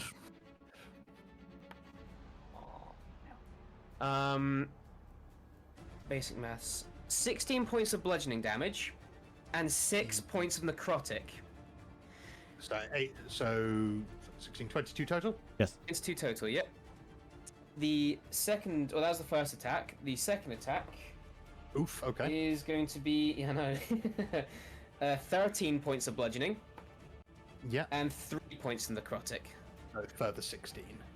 As you begin to realize that his gaze upon you, when the others were hit by tentacles, they just seem to get hit by a physical force of the bludgeoning. Yeah. You're getting hit with something deeper, something more. He wants you dead. He wants to consume you. And if he can get you there quicker, he will. He is then going to take his bite into Ryland as he leans down with this exceptionally large face and tries to bite into you with a 18 to hit. That hits. Fantastic. So you will first of all suffer. Where's my dice? I didn't get my dice out. You suffer 8 points of bludgeoning. Nope, sorry. 8 points of bludgeoning halved. Yep. And I need you to make a Constitution saving throw for me, please, good sir, if you wouldn't be so kind to do so. Yes, sir. If I'm right in saying, do I get advantage on this? I can't remember. No, I don't. Yeah? No, I don't. I don't know. It's been a while since I played Barb. Actually, yeah. So that's quite high to be fair because on Constitution saving throws. That has a 22. Definitely saves, yep. As you feel a poison try and pulse its way through you, but you in your rage and your naturally high cow constitution, you manage to shrug off the effects of the venom that pulses through your veins right now. You need to hit harder. What was that? Sorry, two at once there. Oh, he said immunity, and I said, you need to hit harder. However, before his turn ends, he does, as he does damage to you guys, he does seem to heal with every consecutive attack. Oh, okay. That lands. Well, guess what? Fuck that reckless thing. Mm-hmm. Fantastic. So he heals that much. Perfect. Ending his turn, Jack, you are now up. So, with me hiding under the table and hearing the captain light his sword and miss twice, I start to panic. And I get up from under the table and shout, "Oh, Captain, my captain," and dart over the table and attempt to stab him with my rapier. The captain. No. Oh, Captain, my Captain! It's out of misery. Our host. Suffer no more. Slits through. And that is an 11. So knowing what is that As previous you missed, Scream out, "Captain, my captain," give your position away. You jump an airborne before a tentacle swacks you out the air, and you sort of tumble to the side, catching your footing, but unfortunately it deflects you in midair. Okay. Will I take damage to that? No, you don't take damage, no. I'm not gonna have you take damage from missing an attack, no. And bonus action. How far away am I now if I've been whacked away? You're probably only about like 5 feet or so. Like, he hasn't knocked you like across the room sort of thing. You've just been went into melee, knocked to the side sort of thing, you know? Knowing that I've gotten up and I've went to go and save my captain, been hit and been quite annoyed that I've missed, I've panicked and ran to hide back under the table. My bonus action. Make another stealth check for me, please. That is a 25. 25. Yep, you feel confident that you are once more hidden. Yeah, good to know. Not the most perceptive creature, this one. But ending your turn then, Jack. Reland, you are now up. So just still in his rage. To try, I don't know if you allow it to try and get advantage. I am going to try and move still within his reach. I am going to try and move so the captain can come in and be the other side. Use Not a my problem 40 at all. feet of movement. Captain actually fell 10 feet back. No, yeah, but what I'm saying is I want to be the creature, the lord of the beast. I want to go to the other side of him so that then when the captain does come in, it's a flanking advantage. Oh, sorry, I thought you meant try to get advantage right now. Sorry, my bad. No. I'm mistaken. No, It's like, yeah, I know I'm not going to get advantage. advantage, but I'm going to do reckless anyway. Yeah, fantastic. We've just realised we've all been in flanking this entire time. So We're here now. My I bad. assume this thing has blind sight and is immune to flanking. I'm not mean to flanking, but that's a blind sight, yeah. well, I am going to do a reckless and you go for my 2 attacks. Fantastic. First one's going to be huge. It's like 26 to hit. Definitely hits. Second one, oh no, that's big, but it could probably still hit. That's going to be 20, 30, 20. Definitely hits. Yep, definitely hits. 2 strikes land successfully. Oh, in fact, 26 would be 21, and the 20 would be 15. First one hit, second one missed then. Because great, my master, I keep on forgetting to take the 5 Yep, off. so Okay, second. first hit, yep. First one hits. That's fine. Ooh, that's a good roll. That's 2 6s. So that's Hit me. give me my calculator, please. Let's Calculator. go get mine up. God Sorry, I damn was it. milking it this time. Being Yep. utterly ridiculous. 31 You points butchered of that. slashing damage. 31 points. Good heavens. Again, like as he moves, he goes to kind of Moves. swipe. Yes, as he moves, he's going to swipe for one of the tentacles. Miss that as if it's like probably the one that was waiting for Jack. He's probably just moved just at the time that he goes for it. But the second one, he's going to like spin round, knowing that he's at the position he wants to be, and he's just going to drive the sword forward to try and like pierce him essentially, and then just pull it back out. And with that, with my bonus action, I am going to I'm going to use my horns. I'm going to attack with my horns. Go for it. So this will be. I'm going to assume we don't get Grey Weapon Master on horns. No, I don't. I don't think I can thing me with that. But that is going to be a 19 to hit. It's And what does it say here again? It's a 1d6, 2d6. I think it's just 1d6 plus my strength. 1d6 plus strength. Yeah. That's 3 plus 5, so 8 points of damage. 8 points of piercing damage. fantastic. Not a problem at all. Oh god, mask. Cool. Fantastic. Thank And you. that ends my turn. So type Matthew. Brilliant, thank you. Ilarlin, you are now up as Reland has come in and absolutely used his whole body to smash his way through this creature. You now are up seeing the carnage before you, the bloodbath that is ensuing.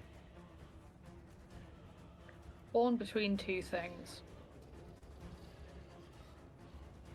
I mean, I could just hoof blight at him again because that's always fun, but then that takes up my last pact slot. But because there's another option that I have in mind, but that's for if anyone gets completely. Oh, I forgot you were in melee. Good to know.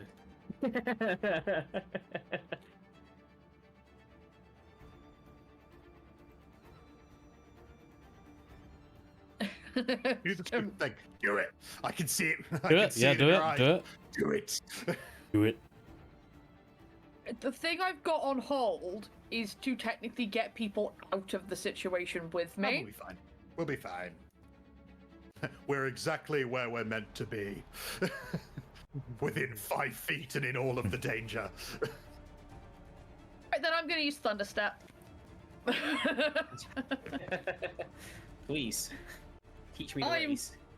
I am going to I'm going to fuck off about 10 foot to the opposite, well, 20 to the very other side of the room. You're more than welcome to share under my table. I'm going to teleport to the corner of the room by where Jack is hidden under the table. Specifically. Yeah, like on that corner, and I'm just going to stand in front of him like that. Could you please make a... So the wording is, right, each creature within 10 foot of the space. Yep, so that would then be Ryland, Volk, Faldus, and the Lord himself. I'm 10 Oh, feet. you're I'm 10 feet back, yeah, 100%. Yep, so it'd just be Volk, Is not Valdus, sorry. Vulcan melee The with? Volk's at the back. Vulcan's I not- moved 10. I mean, I moved to be in 10 within. Oh, right. Yeah. Well then, So we'll catch yeah. Volk, Could every... Reland, and the Lord of Flesh, or the Lord of Feast himself. Constitution? Could you please all make a con check? Please? Yes. It's a con saving throw. I'd imagine I'm for me, going to pass it with a 23. Yes. That was my Poor third nat one of the night. And Lord Radan got a dirty 20. Ah, tits, the only person who As your wizard becomes paste. I am so sorry, Please don't kill him. Roll damage. It's 3d10 and 4d10, I'm so sorry. You could actually kill him, man. That's more than the hit points he has. That is more than the hit points I have. Don't kill the wizard, please. You roll better than half, I'm down. He's a time wizard, it's fine, he'll just, like, rewind. Sure. What are we playing with? You do your basic 21. math. 21 points 21 of damage. points of damage. Lovely. Volk, I'm alive. I'm alive. I'm alive. Could I use Not my by bonus much, action but I'm alive. to throw the healing potion at him? You get nat one, you just knock me out. I'm so perfect, 2 sorry. seconds. Because again, if you succeed, you'll take. So Reland, you'll take 10 points of thunder damage. No, or I'll lightning take damage, 5. whichever one it is. Oh, you're immune to that as well, you bastard. It's Totem of the Bear, what was it? baby. Oh, fair enough then. Oh, is that everything bar psychic, isn't it? Yes, everything bar psychic. He is Brilliant. like resistant to it. Not a problem at all. As you teleport yourself to the other side of the room, near to where Jack is, sort of positioning. So you teleport like that against the wall, sort of thing, immediately. As Volk, you are caught, unfortunately, in this thunderous blast that you weren't expecting from an ally. Catches you completely off guard. Normally, you wouldn't be so foolishly caught off guard by a spell, but before you know it, you have been slammed against the wall, smoking and sore, just upright. But I'm it is your sorry. turn. It is your turn now, Volk. Feel free to lightning bolt the warlock. I'm sorry, I will accept whatever you throw at me. I'm the one who's got the AoE spells. Yeah. But no. Bonus action potion, please. Fantastic. Down a potion, yep. how much am I healing for that as well? Standard healing potion is was it 30. 2d4 plus 2? 34, I think. 2 seconds. Oh, That's it's 2d. 1d4 plus 4.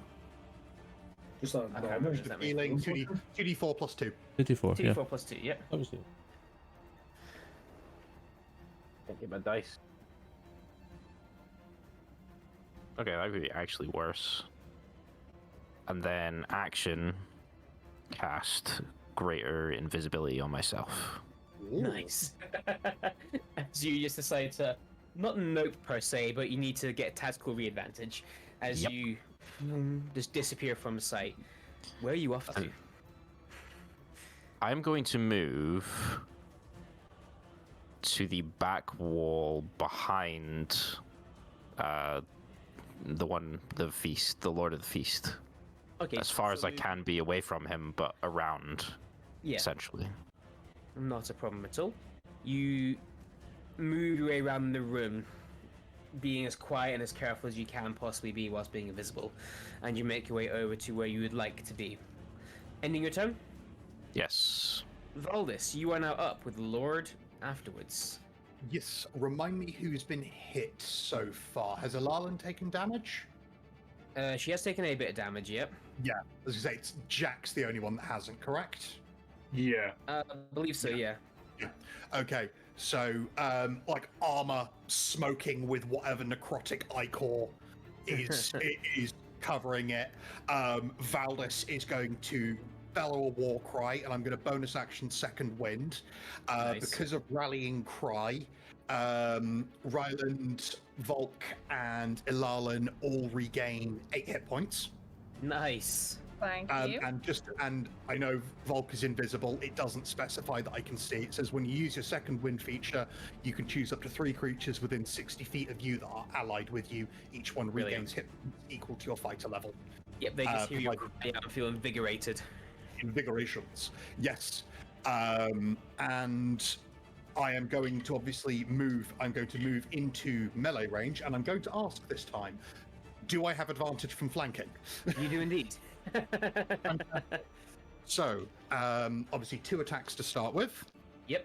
First one is going to be 19 plus 7, 26. Yeah, that definitely hits.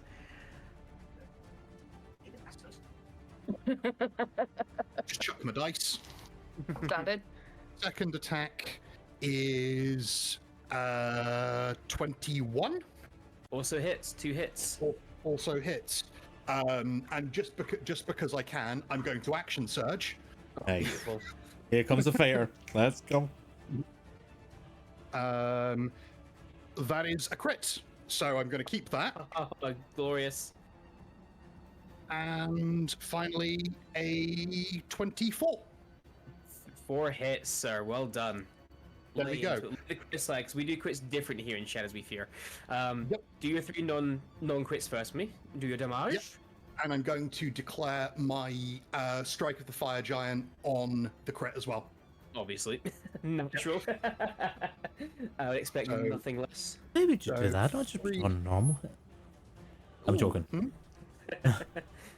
So 3 hits are going to be. I have got my calculator at the ready for this one because I'm a fucked in mental maths for this one. 12, 5 plus 4, 21. 31 slashing. Plus then. Hits, yeah. Yep, and then obviously there's the crit, which is full damage plus roll, correct? Yep, so we do the full damage plus your roll normally, yep. And then And bonuses then on top. includes for your... Sorry. Both of you spoke at the same time now. Bonus what? On you go. No, DM, go first. No, on you go, I insist. I was just saying full damage, bonuses on top, and then obviously your dice rolls on top. Yeah, okie dokie. So it's going to be Sore is what it's gonna be. 20 slashing, and a further 16 fire damage. Oh, it's 36 from the one hit there. Great googly moogly. What was my damage total that round? Oh, 31, 36, so what's that? 60, no, what's 31 plus 36? 67. 67 points of damage. Yeah, he's not barbarian. Oh, my turn's coming up. I have advantage. Don't have to do reckless. Yeah. So, yeah, just like as I said, it's just like the ichor just smoking off of the armor, where it's like visibly like corroding and blackening even further than the already like dark iron of the plate. Just steps back in, battering a tentacle out of the way as he roars the battle cry and begins just hacking into anything within reach, the sword flaring with each strike. And you do exactly that. You are slashing, cutting, eviscerating into the Lord of the Feast himself with your flaming strikes. You are probably yelling as you but you realize you are as you are tearing into this creature. Well done, I will say. Ending your turn? That is indeed ending my turn. I also need to regain my health points from second wind as well. Yeah. Fantastic. I will do that. That is going to be 1d10 plus my fighter level. So that is going to be 14 points of health regained. 14 Yay. points of health. Ending your turn then. Yep. It's probably not best pleased with me. Sorry? It's probably not best pleased with me. Oh, no, he's very not. Lord Radan looks down at you, and he is looking sore and hurt, and he is gushing ichor and blood, as you sort of say, and he there's only one room for me here, and you will not end me. I am the one who eats. I will feast upon you. And he's going to take all 3 strikes against you. Starting off with the... he's going to start with the 2 tentacle attacks first. Yep. So the first one is going to be a 19 to hit. No. Second one is a natural 20. Oh. And Yeah, so that will hit. That will hit. We'll do that one first because it gets different dice for the bite. So for the natural 20, that is going to be... Okay. Revenge. That's wrong dice. Ooh, that's Phil. And that's going to be double necrotic as well, unfortunately. I'm going to be real glad of that second wind in a sec.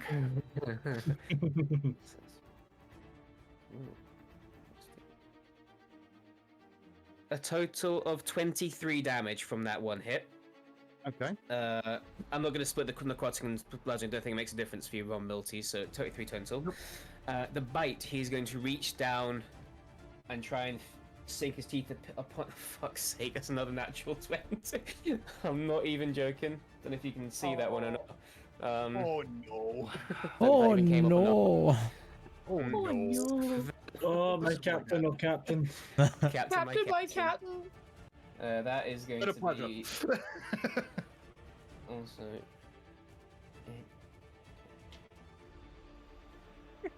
24 points of slashing damage.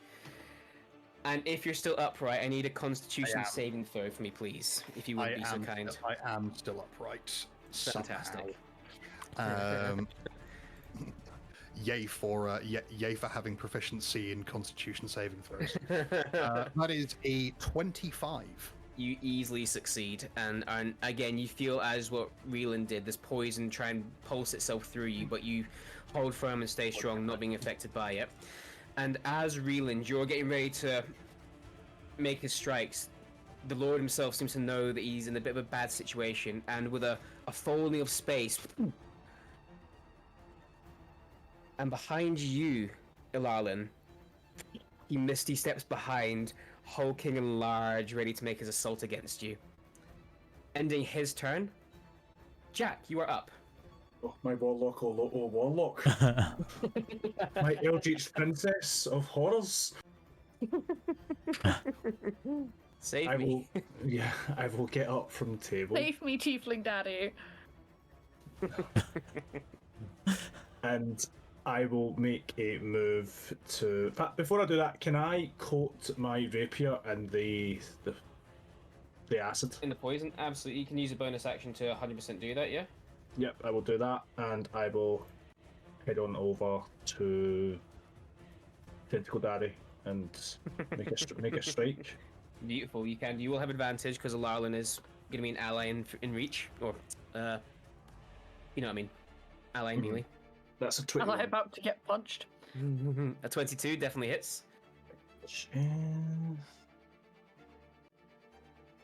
That is 16 points of damage all in, and nice. what would the acid would be an additional on top of that? Additional D4, I believe, is for standard vial of acid. Okay. 16. That is 3 points on that. So that is 19 on. Fantastic, thank you very much. As you just rush in, needing to save your future girlfriend, obviously, as you run in with your weapon is slashed across of it, doing a good chunk of damage against it. Would you like to disengage? There you are, move away. No, I think disengage is my bonus action anyway, and I've used that for the acid vial. The acid, you're completely correct. Yeah, you're completely correct. I will. Staying where you are, then. Oh. Yes, I will stand in front of Alalin. Oh, you stand in front of her, with the open shirt still pushing yourself in front of her. Terrified, by the way, terrified for my horns, but. You will not kill a drinking goblet on my watch. Ending your turn, Reland, you are now up. Just as you're worried about your horns, you just see shadows of horns start rushing towards you. As Reland will use his 40 feet of movement. I don't know whether he needs to use all of that, but he will rush right up. And I presume I'm not going to be able to get flanking with him now. You can with Jack. Can with Jack? Then yes, I will move into flanking with him. And I will take my 2 attacks. Mm-hmm. Go for it. Great Weapon Master again. Yep, so you -5. Okay, so that is going to be a 19 to hit. Hits. And then that will be the second one. Same thing. Yep, 2 hits. Oh boy. Give me good rolls. That's decent. So that's calculator. Fuck this.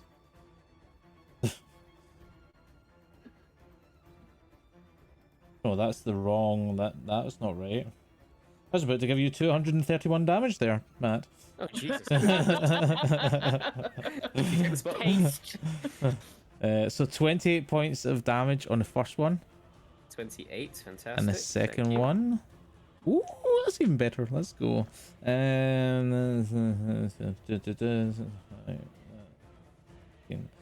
No, 30 points of damage on the second one. 30 on the second. He's As- looking really rough. As Reeling comes rushing in, like if I'm flanking with Jack, do I run past him or do I basically kind of come from the other side essentially? Side sort of thing, yeah. Yeah, well, even then, I suppose you could probably just see the horns from the other side as he's just slashing. He'll go for a kind of upward cut slash in the first one, and then the second one he just goes straight to try and cut through the tentacles on his back to go for the head. I'd imagine not getting through to the head, but cutting through a decent amount of tentacle. You get close, yeah. You get close, yeah. And then with that, I'm gonna use my feature for the Minotaur. I'm gonna use Hammering Horns immediately after you hit a creature with melee attack as part of the action on your turn. Attack action on your turn. With a melee attack, is you can use a bonus action to attempt to shove that target with the horns. The target must be no more than one size larger than you, which is within 5 feet. Yep. So it's a saving throw for you. What types, please? Dex, strength, or Strength. strength? Thank you. Probably gonna fail. It's gonna be a. Well, I say probably gonna. If it's a 15, but with you, I don't know. 15 actually meets it. Oh, fair. Because proficiency bonus right now for us is 2, right? Yes. Level 8, yes, it would be, yeah. Yeah. So yes, you manage to hold strong as these horns does kind of get in, but he starts trying to push. But I would imagine tentacles are probably Sort of holding him back, sort of thing. Yeah. Basically, the tentacles are pushing themselves against the wall and then pushing against you. So he has an extra point, holding strong. None of you moving. Ending your turn as you're sort of the two of you guys pushing against each other. Alal, and you are now up with this creature right behind you. With Volk being back on deck again, invisible and sneak-like. Just saying, proficiency bonus is level 3, is +3 at this level. Yeah, +3. It's not +2, it's +3. Oh, is it +3 this level? Yeah, it's +3 at this level. Then it technically fails. Right? Yeah. Because it is what will do be it. one more. So then you get pushed. Where did information go again? You get I pushed think you said 10 feet away from me. 10 feet. Okay. No problem. So it's basically going back into the room at that point because she was against the wall. So I'm going to guess you push him like sort of into the room. Sort of I thing, push him away from basically Jack and Alarlin as much as I can. Like just use my horns to just drive. As it goes doosh doosh doosh. Perfect. No problem. Well, in that case, Lyle, you now have a bit more breathing room. 10 feet of breathing space with now your Minotaur friend pushing this creature away from you. I appreciate it, cowman.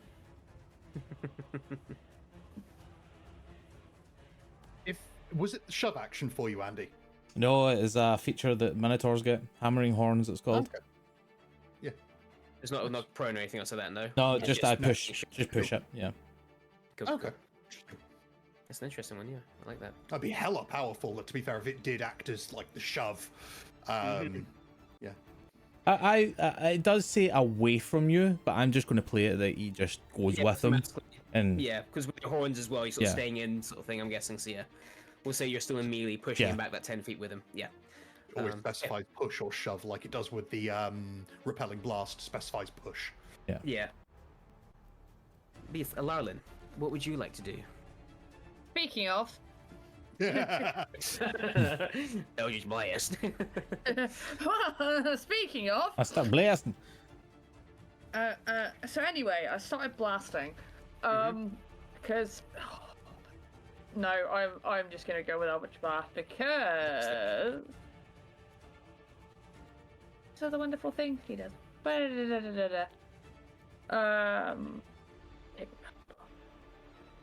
Double check something. Yes, I did. Outstanding. If I'm gonna hit, I'm just gonna. Oh.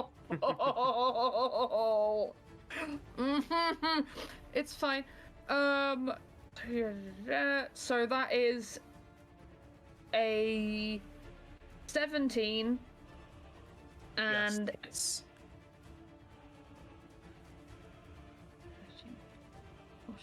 and a 15. So the first one hits, just hit. 17 is the AC, but the 15 misses, unfortunately. Baseline. Oh well, it's still my repelling blast still works. Perfect, not a problem. You basically pushed it back towards Voldus, and is what we'll say as he teleported. Just sword up. Hey, bada bada, hey, bada bada. Combination of Reeland pushing him and you blasting him. He's now back with Voldus. That is 8 whole points of force damage, please. Fantastic. He suffers 8 points of force damage. He's not looking good at all. This mentally. How's he looking? Not good. Here's the honest truth for that one there. But I want it. I can taste it. I will be Give back it to in me. 2 seconds. take your time. No problem. Ending your turn then. Volk, you are now up. Is there a way I can orientate myself where there is a 5-foot gap between anyone? In what way? Like from anybody around you, sort of thing? Yeah. Side to side. If I was looking at the creature, if there was like a tunnel, is there a 5-foot gap that I could get? You're gonna struggle If with not- Voldus now being in melee now, sort of thing. Okay, well, you're gonna have a bad time. I I'm gonna mean, cast Is it, lightning. is it at least a dexterity saving throw? It is a dex saving Okay, throw. we're okay then. I'm Whelan's gonna cast probably lightning bolt. Oof, let's do this. Whelan's probably in a way. I mean, He's been pushing the creature, yeah. And I'm very tempted. I might upcast it. go Nah, for it. I'll leave it. I'll leave it. Oh, I'll leave it, listen, it's fine. Whelan, I'm telling you now, Whelan's fucking Actually, good. can I upcast it? I don't actually know. Whelan's sitting Oh, good. no, I can. Yeah, okay. I'll upcast it. It's an extra d6, that's fine. Scar sweats. Perfect. So roll to hit against. It's a saving throw, is it roll to hit? I can't. It's a saving throw for you. It's a Saving dex throw. saving throw. Yeah. Ooh, Next okie saving dokie. throw. Dirty 20. Oh, mother. Okay, that's fine. Yeah, he passes. Just That's take fine. damage. Yeah, you still take half 18. damage. Yeah, you pass. Okay, shield mastery. Ba, ba, ba, ba. There we go. Oh, in fact, actually, that's a dirty 20 as well, actually. If you're not incapacitated, you can add your shield's AC bonus to any dexterity saving throw you make against a spell or other harmful effect that targets you. If you're subjected to an effect that allows you to make a dexterity saving throw to take only half damage, you can use your reaction to take no damage if you succeed by imposing your shield between yourself and the source. Beautiful. That's why I asked if it was a dex saving throw. This is why I took. Yes, This is why I took Shield Master. Yeah, just like drop to one knee, shield up as I see the lightning blast. And Reland, what about yourself? How do you fare? 5. So Yeah, you fail. basically, Valdis bounces the lightning off. It bounces into Reland, unfortunately. Please roll damage. Reland, you'll take full. Lord will take half. 23 points of damage. I take half So of that that's- anyway that's because half to down to Well, 11. 12. Yeah, 11. Yeah, perfect. I'll take half of that anyway because of bear. Totem. Fucking bear bullshit. And fun fact, my invisibility does not drop. No, Yes, great. greater invisibility. No. Yeah. Which is sick. Ending your turn then, I'm assuming, sorry, ending your turn, any bonuses, or? I'll move from where I was, just so he can't Yeah, just sit there and he's not gonna... try and hit me, yeah. But yeah, that'll end Fantastic. my turn. Beautiful. Captain Valdis, you are now up with the Lord How's- has been brought back to you once more. How's he looking, Chef? Really hurt. He is not well in the slightest. Is Reelin also in melee range with him? Yes, he is. Do I have advantage? Yes, you do. Okie dokie. I'm gonna ask every turn You can. because this has been the problem with playing Keros because he has so many different ways to get advantage. I forget about flanking. The normal way of doing it. Yeah, the normal way, yeah.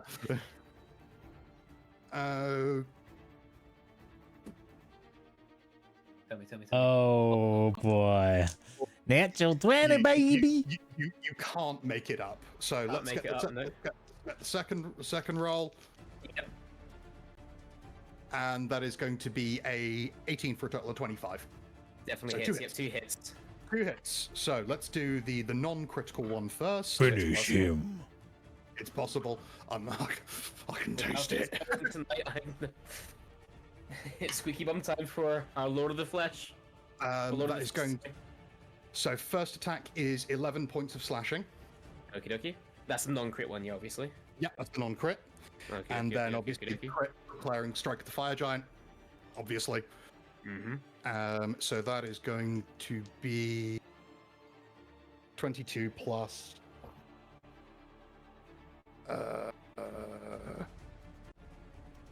Oh my god, basic math. 29. 33.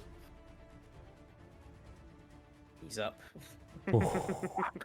That means I'm dead, by the way. That also means that our resident rogue might actually come along and finish the job. Is there anything I can do? Punch him. Is there anything I can do? Section damage. Is there any way that I can do more damage right now? Hunt him with your shield? Shield bash at bonus action, I don't know. I literally the only thing I could do would be shield bash and then use my full movement to get as far away from him as possible. You might want to run. I've got a sneaking suspicion you really might want to run. Yeah. Yes, I am going to. Yeah, I'm going to shove. So yeah, athletics versus acrobatics. Fantastic. It's his acrobatics, yeah? Yeah. So it's only a 17. 24 from me. Yeah. So yeah. He's a Shove good doesn't dex work. boy. He's able to block the shield bash with the tentacles. Mm-hmm. Perfect. Well- Not good. Does that end your turn? Yep. Fantastic. Ending your turn then. What a hell of a way to die. Well, speaking of, will our offend good you. sir, Lord Radan, is going to make his 3 attacks. He's going to start off with a tentacle attack against you and see how it goes. That's going to be a 21 to hit for the tentacle. Misses. Misses. Interesting. In that case, he will retaliate again with his second one. Yes. That will be. Oh god, why can't I do basic fucking maths? It's better. No. 23 to hit. Sorry. Yeah. That will hit. Fantastic. And that was 10 calls. So you will then I- suffer. 22 reference. Oh, beautiful. That's good AC, isn't it? You suffer a total of 13 points of damage. Uh-huh. And then what else? Are you still up for? No, I am not. Does he not have necrotic on top of that? That's added in together, yeah. All so right, that okay. was the necrotic added in. 13 points, yeah? 13 points total, yep. As Okey-dokey. Are you still standing? No. no, Oh, what basically happens is you guys watch as this tentacle first tries to grab onto the captain. He bashes his shield away, accidentally leaving himself a little bit too open in his wounded state. A second tentacle grabs him around the waist, and like a child with a doll, slams him from one wall to the ceiling to the other wall to the floor. It is ragdolling Captain's body around until finally one loose letting go. It just total disregard, chucks your body to the other side of the room. You hit the wall and crumple with a hard, wet thud. As you sort of watch as the captain's body lands on the other side of the room, from underneath the armor, his own blood starts pooling out from the metal, touching the floor. He's not done yet, though. He will then use his bonus action to once again Misty Step, mother. and he's going to Misty Step next to Jack, as Fucker. he's going to take a bite attack against you, good sir. That will be a 19 to hit. That hits. You will take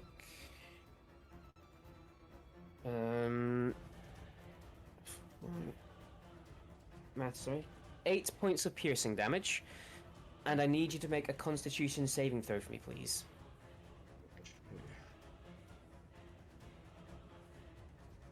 Oh, that's good. That's 19. Oh, yes. 19, I'm so you happy with that. succeed. You are not affected by the poison that tries to pump through your veins. That will end his turn. We now Sure. come to next in the order. It's yourself, Jack. Okay, do I have anyone within 5 feet? Alarlan, probably. Yeah, Alarlan, because you say we are, yeah, so Alarlan came with you. Yes. Cool. Advantage. Mm-hmm. Is that a nat 20? Is that a fucking nat 20 and a nat 1? No. Please tell me it is. That is. That is. Beautiful. Nat 20. Let's fucking The go. rogue's gonna bring him down. The settings. I'm just posting this. in the fine dining. Come on, Jack, do it to me. Natural 20, let's do this shit. Okay, so nat 20, it is full damage die. Doubled. So all your damage dice, then roll again, then add your modifiers. Okay, so I need to actually add that up then. So Yeah. that's so it's 2d8, that'll be 4d8. No. So what it is 2d8, so that's 16 points of damage straight off rip. Then you Oh, roll okay, your okay. damage dice on top of that, and then you add your bonus. Yeah, so it's 16 plus, so then the 4 from my dex will be doubled as well, so then that'll be 8. No. Or no, it'll be a 4. So it'll be 4. whatever No, damage dice you've got, add all whatever damage dice you've got, take the full amount of that, then roll your damage dice on top, add that, and then add your bonus at the final bit, and then that's you. Right, okay, so it'll be 16 plus the sneak attack, so I'm just double checking all this. Which will all be full damage for the dice for that. Yeah, so it's 4d6, that's what, 6, 12, 18, 24. Oh boy. So 18 plus That is- 24, that's just off rip. 16 plus 24, so that's 40 right away. 40 off rip. Now roll your damage. Then roll that, okay. The rogue just went, fuck you to the barb and fuck you, Captain, as well as the amount of damage he's about to do in one round. Plus 8, Val and then... did 61, did we say you did? 67. And 2 attacks. 67. And then sneak attack on top of that as well, so let's just double check what that is. So that's not 15, okay. So that is a total of 16 plus 24, which is the 40, plus 8, which is 48, plus 15. 63. Oh, you're just short. But still, 63 points of damage on one strike. But bonus action, can I lift my dagger from my boot and get a little stab? I'll save you that. I just want Silverjack to please take the spotlight and tell me, how do you deal the death blow to Lord Radan Kadaz, the Lord of the Feast? Oh, I don't know. I never really thought of this, but I will see what he's done to my party, and feeling very annoyed that I've hidden under the table for the majority of the fight.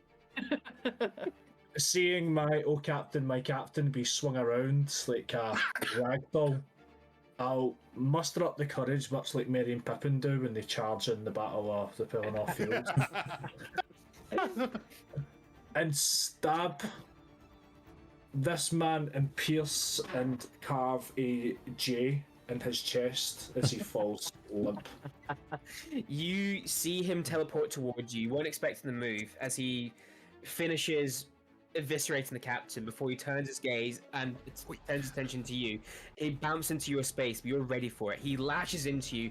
You hold firm when the bite comes in. And as he leans down to bite you, you actually grab him by the back of the neck and push him down onto your blade. He screams out in pain, and as he leans back, you ride up with him. You take that journey upwards, and as then he tries to fling you up, you are airborne, but you're not panicking. You see that clarity, and you, with that natural 20, just breathe. Your horns are not going to get made into a fucking chandelier. The knife mid-air goes downwards, and you let gravity do all the work for you. You put the hilt to your chest, and you slam into the Lord of Flesh. The dagger pierces true for the gullet, and as gravity takes you down, you slice down his chest. And then as you're about to reach the bottom, you quickly flick up, carving the J into his stomach as he... as the Lord gargles on his own blood and viscera. He coughs up horrible blood against you, Jack, covering you in ichor and Lord knows what else, as the tentacles all begin to spasm and shake before his whole body stiffens and folds in on himself in a loose, wet pile. So just to recap, our sexy man Silverjack just made the tentacle spasm and then a wetness afterwards. Sounds like an average night for Jack. Sounds Tracks. Track. Can I pick up one of the tentacles and put it over my shoulder and just say to Larlin that I am a tentacle daddy? As you announce this, you all quickly realize the danger isn't over. As with the death of the Lord, the room starts shaking. Run. And I'm going to instantly move my way to the captain and pick up his body. Volk, you will realize that this plane of existence is tied to Lord Radan. His death is now mean that the temporal collapse of this place. And you know, as Ryland is instinctively saying, with you more intellectually saying, you need to get the fuck out of here now or risk being trapped in the void forever until just death takes you in whatever way comes first. You will begin to run. I will need, however, in this time as you and us running, can I get Captain Valdis to make a death save? As Ryland, you scoop him up. Don't have time to obviously give him a potion. You're running. I need to see how the captain is doing. One success. One success. You guys are running. You throw open the doors made of teeth into the bedroom. You can see that the furniture is, some of it is just catching on fire by itself. Some of it is melting into pools of water. The bath, that was nice hot tempered water, is now boiling. You can see big bubbles and huge steam bursts are erupting from this thing. You're all running now, and you get to the corridor, the twisted corridor. And I'm again, if you jumping. just... Yep, use easily with your running jump sort of thing, as we sort of meant for strength, just jump over it. Can I get the rest of you to make either strength or dexterity checks to jump over the gap, please? I'm misty stepping. Misty step. Just out the corridor, gone. You almost like go into a forward roll sort of thing. As you sort of finish the forward roll, you finish on the other side of the corridor. In that case, I'll need Volk and Jack to make their dexterity or strength saving throws to jump over this gap. Or checks, sorry, I do apologise. Not saving throws, checks. Oh, dexterity check. Okay. Yeah, just to jump over this gap. 18 for dex. Oh no! Oh, that's Don't a tell nat one. Oh, Oh, Jack. Oh, Jack. No. You guys are running as quick as you can. Again, Volk, you jump over this thing, and I'm gonna say Jack was last. Can I use my last second level spell slot to misty step my way after I trip and fall? oh. You trip. And as basically you trip, you see your party get ahead of you. You basically gets your foot caught on one of the loose planks as it's shaking. One of the planks sort of comes up in front, and you smack your shin against it, which takes you falling, and you fall through. And as there's a moment in time where you're just sort of suspended in midair with nothing but these sort of planks of wood with no gravity holding them, just you feel weightlessness. It would feel so serene if it wasn't so fucking dangerous. And instinctively you look up to where your friends are and misty step your way over, sort of on your ass a little bit, but quickly, I'll say like Vulcan, between the Vulcan and Lyle, and grab you and pull you up sort of thing to your feet. You're now in the dining room. You can see the rope where you came in is also shaking as part of this. And one by one, you're going to try and make your way up. Now, Reland, I'm going to have you to make an additional like strength check, basically, to try and carry you, but also the heavily armored individual. Would you like strength check with disadvantage? Athletics check with disadvantage? I would like disadvantage, please, because this is because again, if he was just a normal person, maybe not, but he's a heavy boy. Then it will be a straight roll because I'm still raging. It'll probably just be about to go, but Do you require another death saving throw from me, by the way? Please, yes, if that's okay. that sir. is Thank a you. dirty 20. Dirty 20. Comes that. Please. Second success. A second success. You all grab the rope. You'll probably reel in, let the others go first, knowing you're going to be the slowest one on this one. You guys all, unimpeded, not having to be carrying someone else on your shoulders, are able to scramble up the ropes, one by one, making it outside the painting, through the skylight, back into the Palace of Pammer once again. Reeland, you're having to basically, like, one arm sort of thing, like, hulk up, and you got this, the captain sort of draped over your neck like a fox fur coat sort of thing, as you're just pulling, heaving, raging. Your muscles are on fire. He's probably on my horns. He's probably like sitting in the nook of my horns. You rest in there, and your muscles are screaming. You have been, used to working out, and you're used to doing heavy things. This is actually painful. But with one final push and heave and thrust of yourself, all 5 of you make it back to the Palace of Padmar once again. We are safe and sound. As you turn back, you can see the painting itself resting against the wall, vibrating. Emmerich has been looking a bit dazzled as he sort of sees you guys enter, but more importantly, seeing the painting sort of shake itself. And then it just stops. It just stops shaking. Reeland's not caring about that, understanding the perils of death and everything. He is going to rip the helmet off of fucking Valdis. Literally grab it with his fucking massive hand and rip off the helmet and pull out his last potion that he had. Just regularly healing it and pour it down his throat. You vigorously feed the captain the potion, and he will heal the equivalent hit points that you'd like him to. Full just regular potion. Full just regular potion, yep. Just 2 seconds, let me get this all copied over here.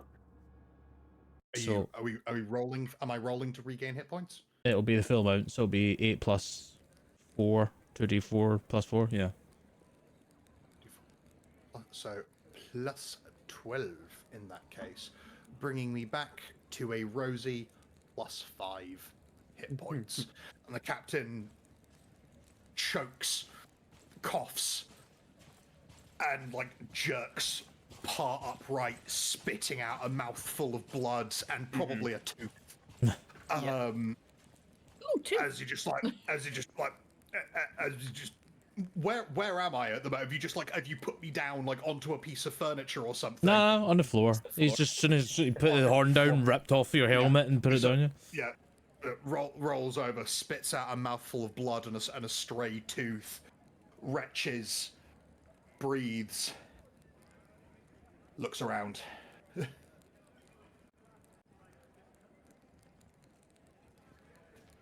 You managed to kill that fucking thing. Again, picking up his greatsword and pointing towards Silverjack. He'll just say, "Sexy man killed him." I just bow. Well done. Did anyone think to pick up my sword? Second priority. We were just like glance at each other like... No. It was Colette said we have to go. Emmerich, who's been like stunned watching you guys, goes, well, welcome back. I'm glad you've all made it. Genuinely, well done. Valdis glares. It's like from the floor, just. I can see you're all exceptionally well for right now. Please take all the time you need to rest. I can get anything you require right now. Immediate medical aid, everything and anything. A debrief can wait. I just need to know, though, I heard you saying it. Is it safe? Are we safe? Say the password. And I'll stand right next to the painting. Emmerich, Fox, sort of- Fox gonna. Don't jump back in there. Veland Come. looks at Emmerich waiting. Are you hungry? And he does touch the painting, which is now canvas. You've done it. Is the man no longer in the painting? No, he's still there. The painting is as it was before, but there is no portal through it now. Veland will point to the man. He was the one. Dead. Interesting. Well, a full debrief will be needed in time, but I think the immediate is our captain needs some attention. You all look a bit worse for wear and could probably use a rest yourselves. We will talk later, and of course, as part of that, we will all talk about your rewards. Individually. You have done all of us a great service here in Pavmar, and I know you all came here for your own individual reasons, and I honestly cannot thank you enough. Captain, your summons is always appreciated. You are truly a hero of Pavmar, as are you all, of course. I will meet you all one by one afterwards, and we'll discuss your payments. In the meantime, please rest. And with that, Valdis is gonna sort of like raise a hand, raise his hand for a hand up from Ryland quickly. He'll fucking pull you up, yeah.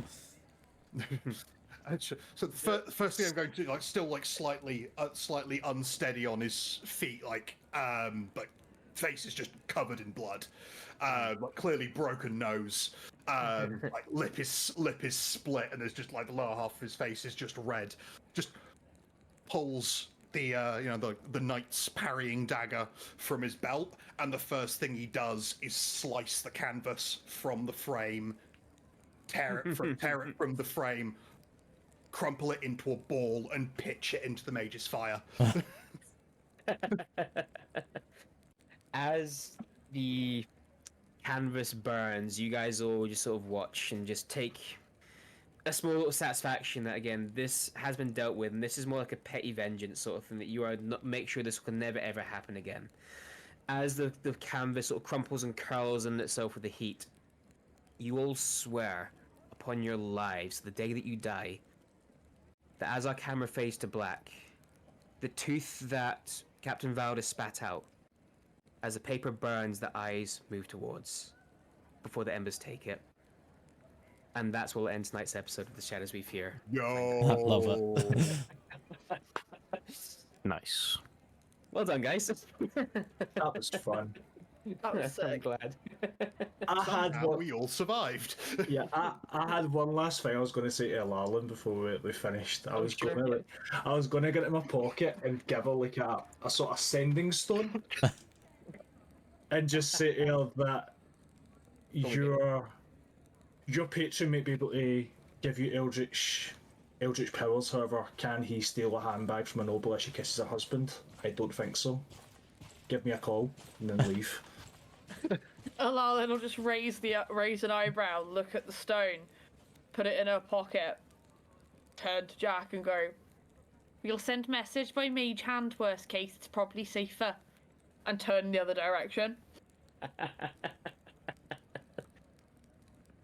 I love it. I love the sexual tension. Sending notes by mage hand, like pushing a note across the desk in school. Yeah.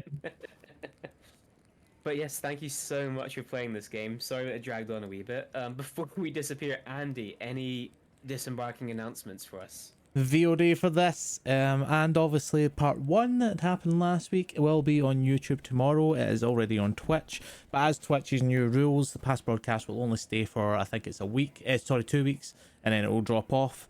So if you want to watch this in its full entirety, then go over to YouTube and you can see that from there. This will be uploaded tomorrow. So anybody who is not subscribed to our YouTube, please go over there now and hit that subscribe button. And come join us on the Discord as well. I will be putting the link tree into the chat. And the Discord link as well. So come join us. Once I do that, and then that. So come join us there. No other announcements. Other than thank you very much, Matt, for running that. It was a cool last one shot. I loved it. Glad you enjoyed it. But I'll pass it back to you to finish up the night. Well, thank you so much again. Thank you to all my players again, especially to Scar and Shar for joining us for the first time at my table. Thank you guys. It's been a pleasure gaming for you guys. Thanks for having me. Of course, at any time. For Arno, Nikki, and Andy, thank you for creating new characters and taking your time out your evenings to play this one shot with me. And to you guys at home, thank you so much for joining us and coming in and seeing this little side quest unfold. We should be back to the Shadows We Fear as per normal next week, same time as always. So in that time, I hope you enjoy the rest of your evenings and weekends. Stay safe, and we'll see you then. Bye, guys. Bye. See ya.